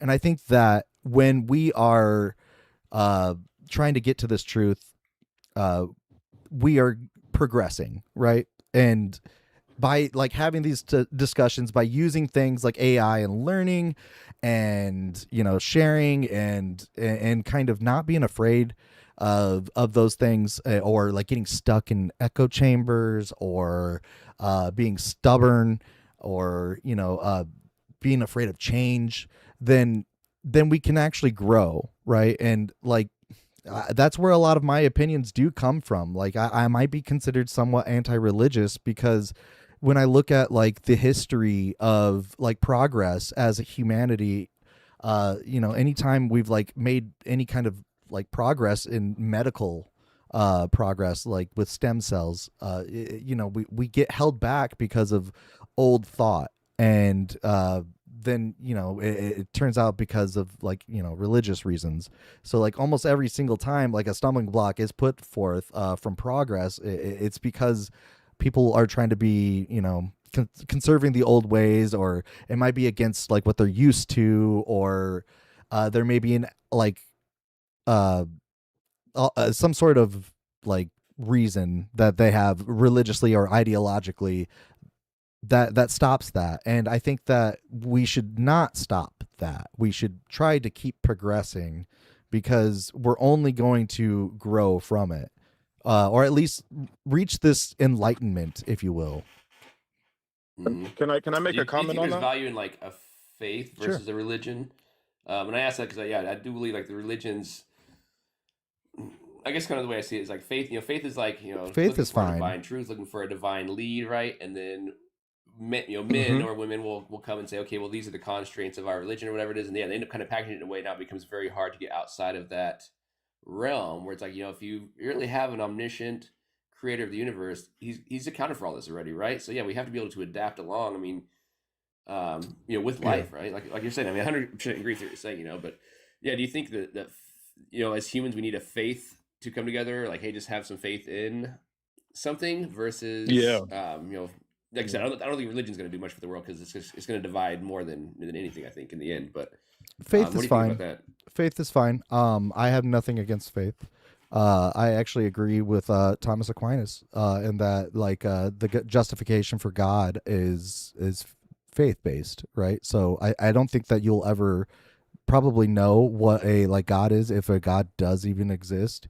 You have to take it on faith, right? Like you can't justify it. I do have somebody here called God Family Country though that's calling in. I'm gonna have to drop you though, Marcus, because you're not gonna be able to hear him. Are you there, God Family Country? Hey, how everybody doing? Yeah, I'm here.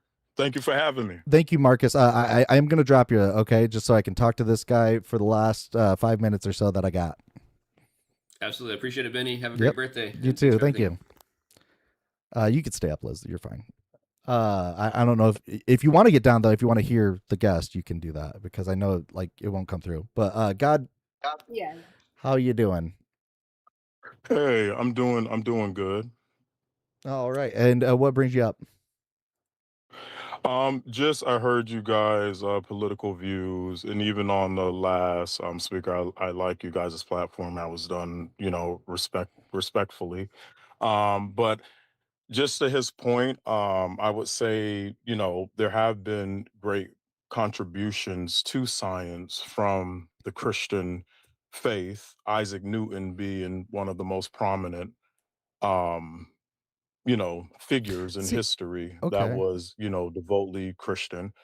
I So, I don't think his faith I, really like did much for like the creation of calculus, right, or algebra or mathematics, right. So I think that his faith is something that's fine for him to have, but I don't think that it Mhm. really you know changed whether or not he understood what gravity is or Newtonian physics, right. So Yeah, but no, it was just to his comment or to his point. okay. He said once you implement Christianity, normally it erodes the form of thought Yeah, and that it could be allows so-called. okay. Yeah. It could be, like the Okay. actual idea of like conservatism, right? Like, so like conservatism Okay. might be, like just wanting to keep the old ways, right? So if it is able for a religious person to like be able to progress, I guess, like if a new discovery, like say aliens like exist or something, Hmm. right? Like what's that going to do to a lot of like religious, like a lot of religions? Uh it's Okay. gonna upturn a lot of things, like, and this is just a hypothetical, right? So uh some religions have already like created statements about like, well, yeah, they will go to heaven or hell, just like humans will. They are creations of God. Like they've already accepted the aliens, the hypothetical aliens. But like I think that there's a lot of questions that would arise from it, and I think that a lot of people may be stubborn, and they may be stubborn on religious grounds. So So when I was saying like like Christianity does put like a stumbling block on things like progress, you might be right. It might be like more conservative thought. okay, can I ask you a question? What is your political views? I would say I lean left, but I don't say like I don't like to claim like the Democratic Party right now. I'm very disappointed in them. I would normally probably vote Democratic just because Okay. I'm not a heterosexual man. I'm gay. I have a partner, and like I think that my well-being kind of comes first. So I'm gonna vote probably in line with whatever is gonna be more for my own well-being and my rights. So that's kind of Okay. where my thought is. And I don't like to, I will catch myself in playing teams, or sports, and being like, oh, the Dems really got him this time or whatever. But I'm open to independence. I'm open to Republican like ideas. I think that Yeah. conservatism is good as a historian, right? So like I think that there are Hmm. like uses for these things, but I think they might be misapplied. And I might, just with our two party system the way it is it's hard to navigate that, and you have to make compromises. Okay. I agree with you on a lot of points about I think conservatism historically is good. Um I Yeah, also we want to believe that conserve two like parties. nature. Yeah, like you want to conserve Yeah, some things, right? Yeah. yeah, absolutely. And then when Oh. system, I used to vote in multiple parties, but Mhm. after how society is being ran, I do believe that the two-party system is the best alignment with your views. I think there's only two parties in the world retrospectively, is evil and good. I don't think there's no middle ground when it comes to that. Okay, I I know see what people you're saying. try to create commonality. I I really believe that it's across the board, and I don't think there's no passage there. Okay. So like evil and good are like moral terms. I like words like just or unjust. So I like terms that are because morality is we could get into that whole thing. I really don't have the time though. I Yeah, actually have to start wrapping this up. So I just want to understand. like kind of agree with you that like it could be like what's justice and what isn't, right? So I would Yeah. agree there. Like yeah, I think that it's like equal rights is justice, right? Like to me that feels right. I don't know if you would agree or not, but Okay. Do you think equal justice implement? sorry, I'm losing you, buddy. Like your signal's going out or something. Well, I got to wrap up anyways, and I just lost you. Well, God and country, we could get into a discussion on morality maybe tomorrow. I'll Hello? probably go back on. Are you there? I'm sorry. Can you hear me now? Yeah, I actually do have to like wrap up though because 6 o'clock's usually my Okay. cutoff. But Yeah, no I problem. appreciate it. And hey, I will be going live like 3 p.m. to 6 p.m. same hours probably tomorrow, Central Time. So that's Awesome. where I am. So feel free to come back to the URL that you came to, and we can I might have a new topic. We might be able to continue this discussion. But hey, I appreciate you for Absolutely. calling in. It's just kind of last minute. Yeah, no, thank you for having me, and you guys, everyone, have a good night. Yeah, thank you. You too. All right, everybody. I do want to thank you all for sticking around. That was some good discussions. That was fun. I think that we kind of got somewhere. I'm gonna play a little bit of my nephew's music in the background while I'm like wrapping things up. Please go over to YouTube and make sure to subscribe to the Deconstruction Junction. It's just at Deconstruction Junction. It's almost like what it's written up here, but you got to just finish the word junction. It's on YouTube. You can subscribe there. There'll be more of these. There's actually tons of content over there. There's debates, there's discussions, there's all kinds of stuff. It's meant to deconstruct like religion and whatnot, and politics, and just kind of applying critical thought to things. Thank you, everybody, for calling in and joining in on the conversation. Thank you for the birthday wishes. Hey, Libby. Oh, what's up, dude? That's my cousin. Thanks for the birthday wishes, Mike. But I appreciate you all, and yeah, I'll see you tomorrow. Have a good night.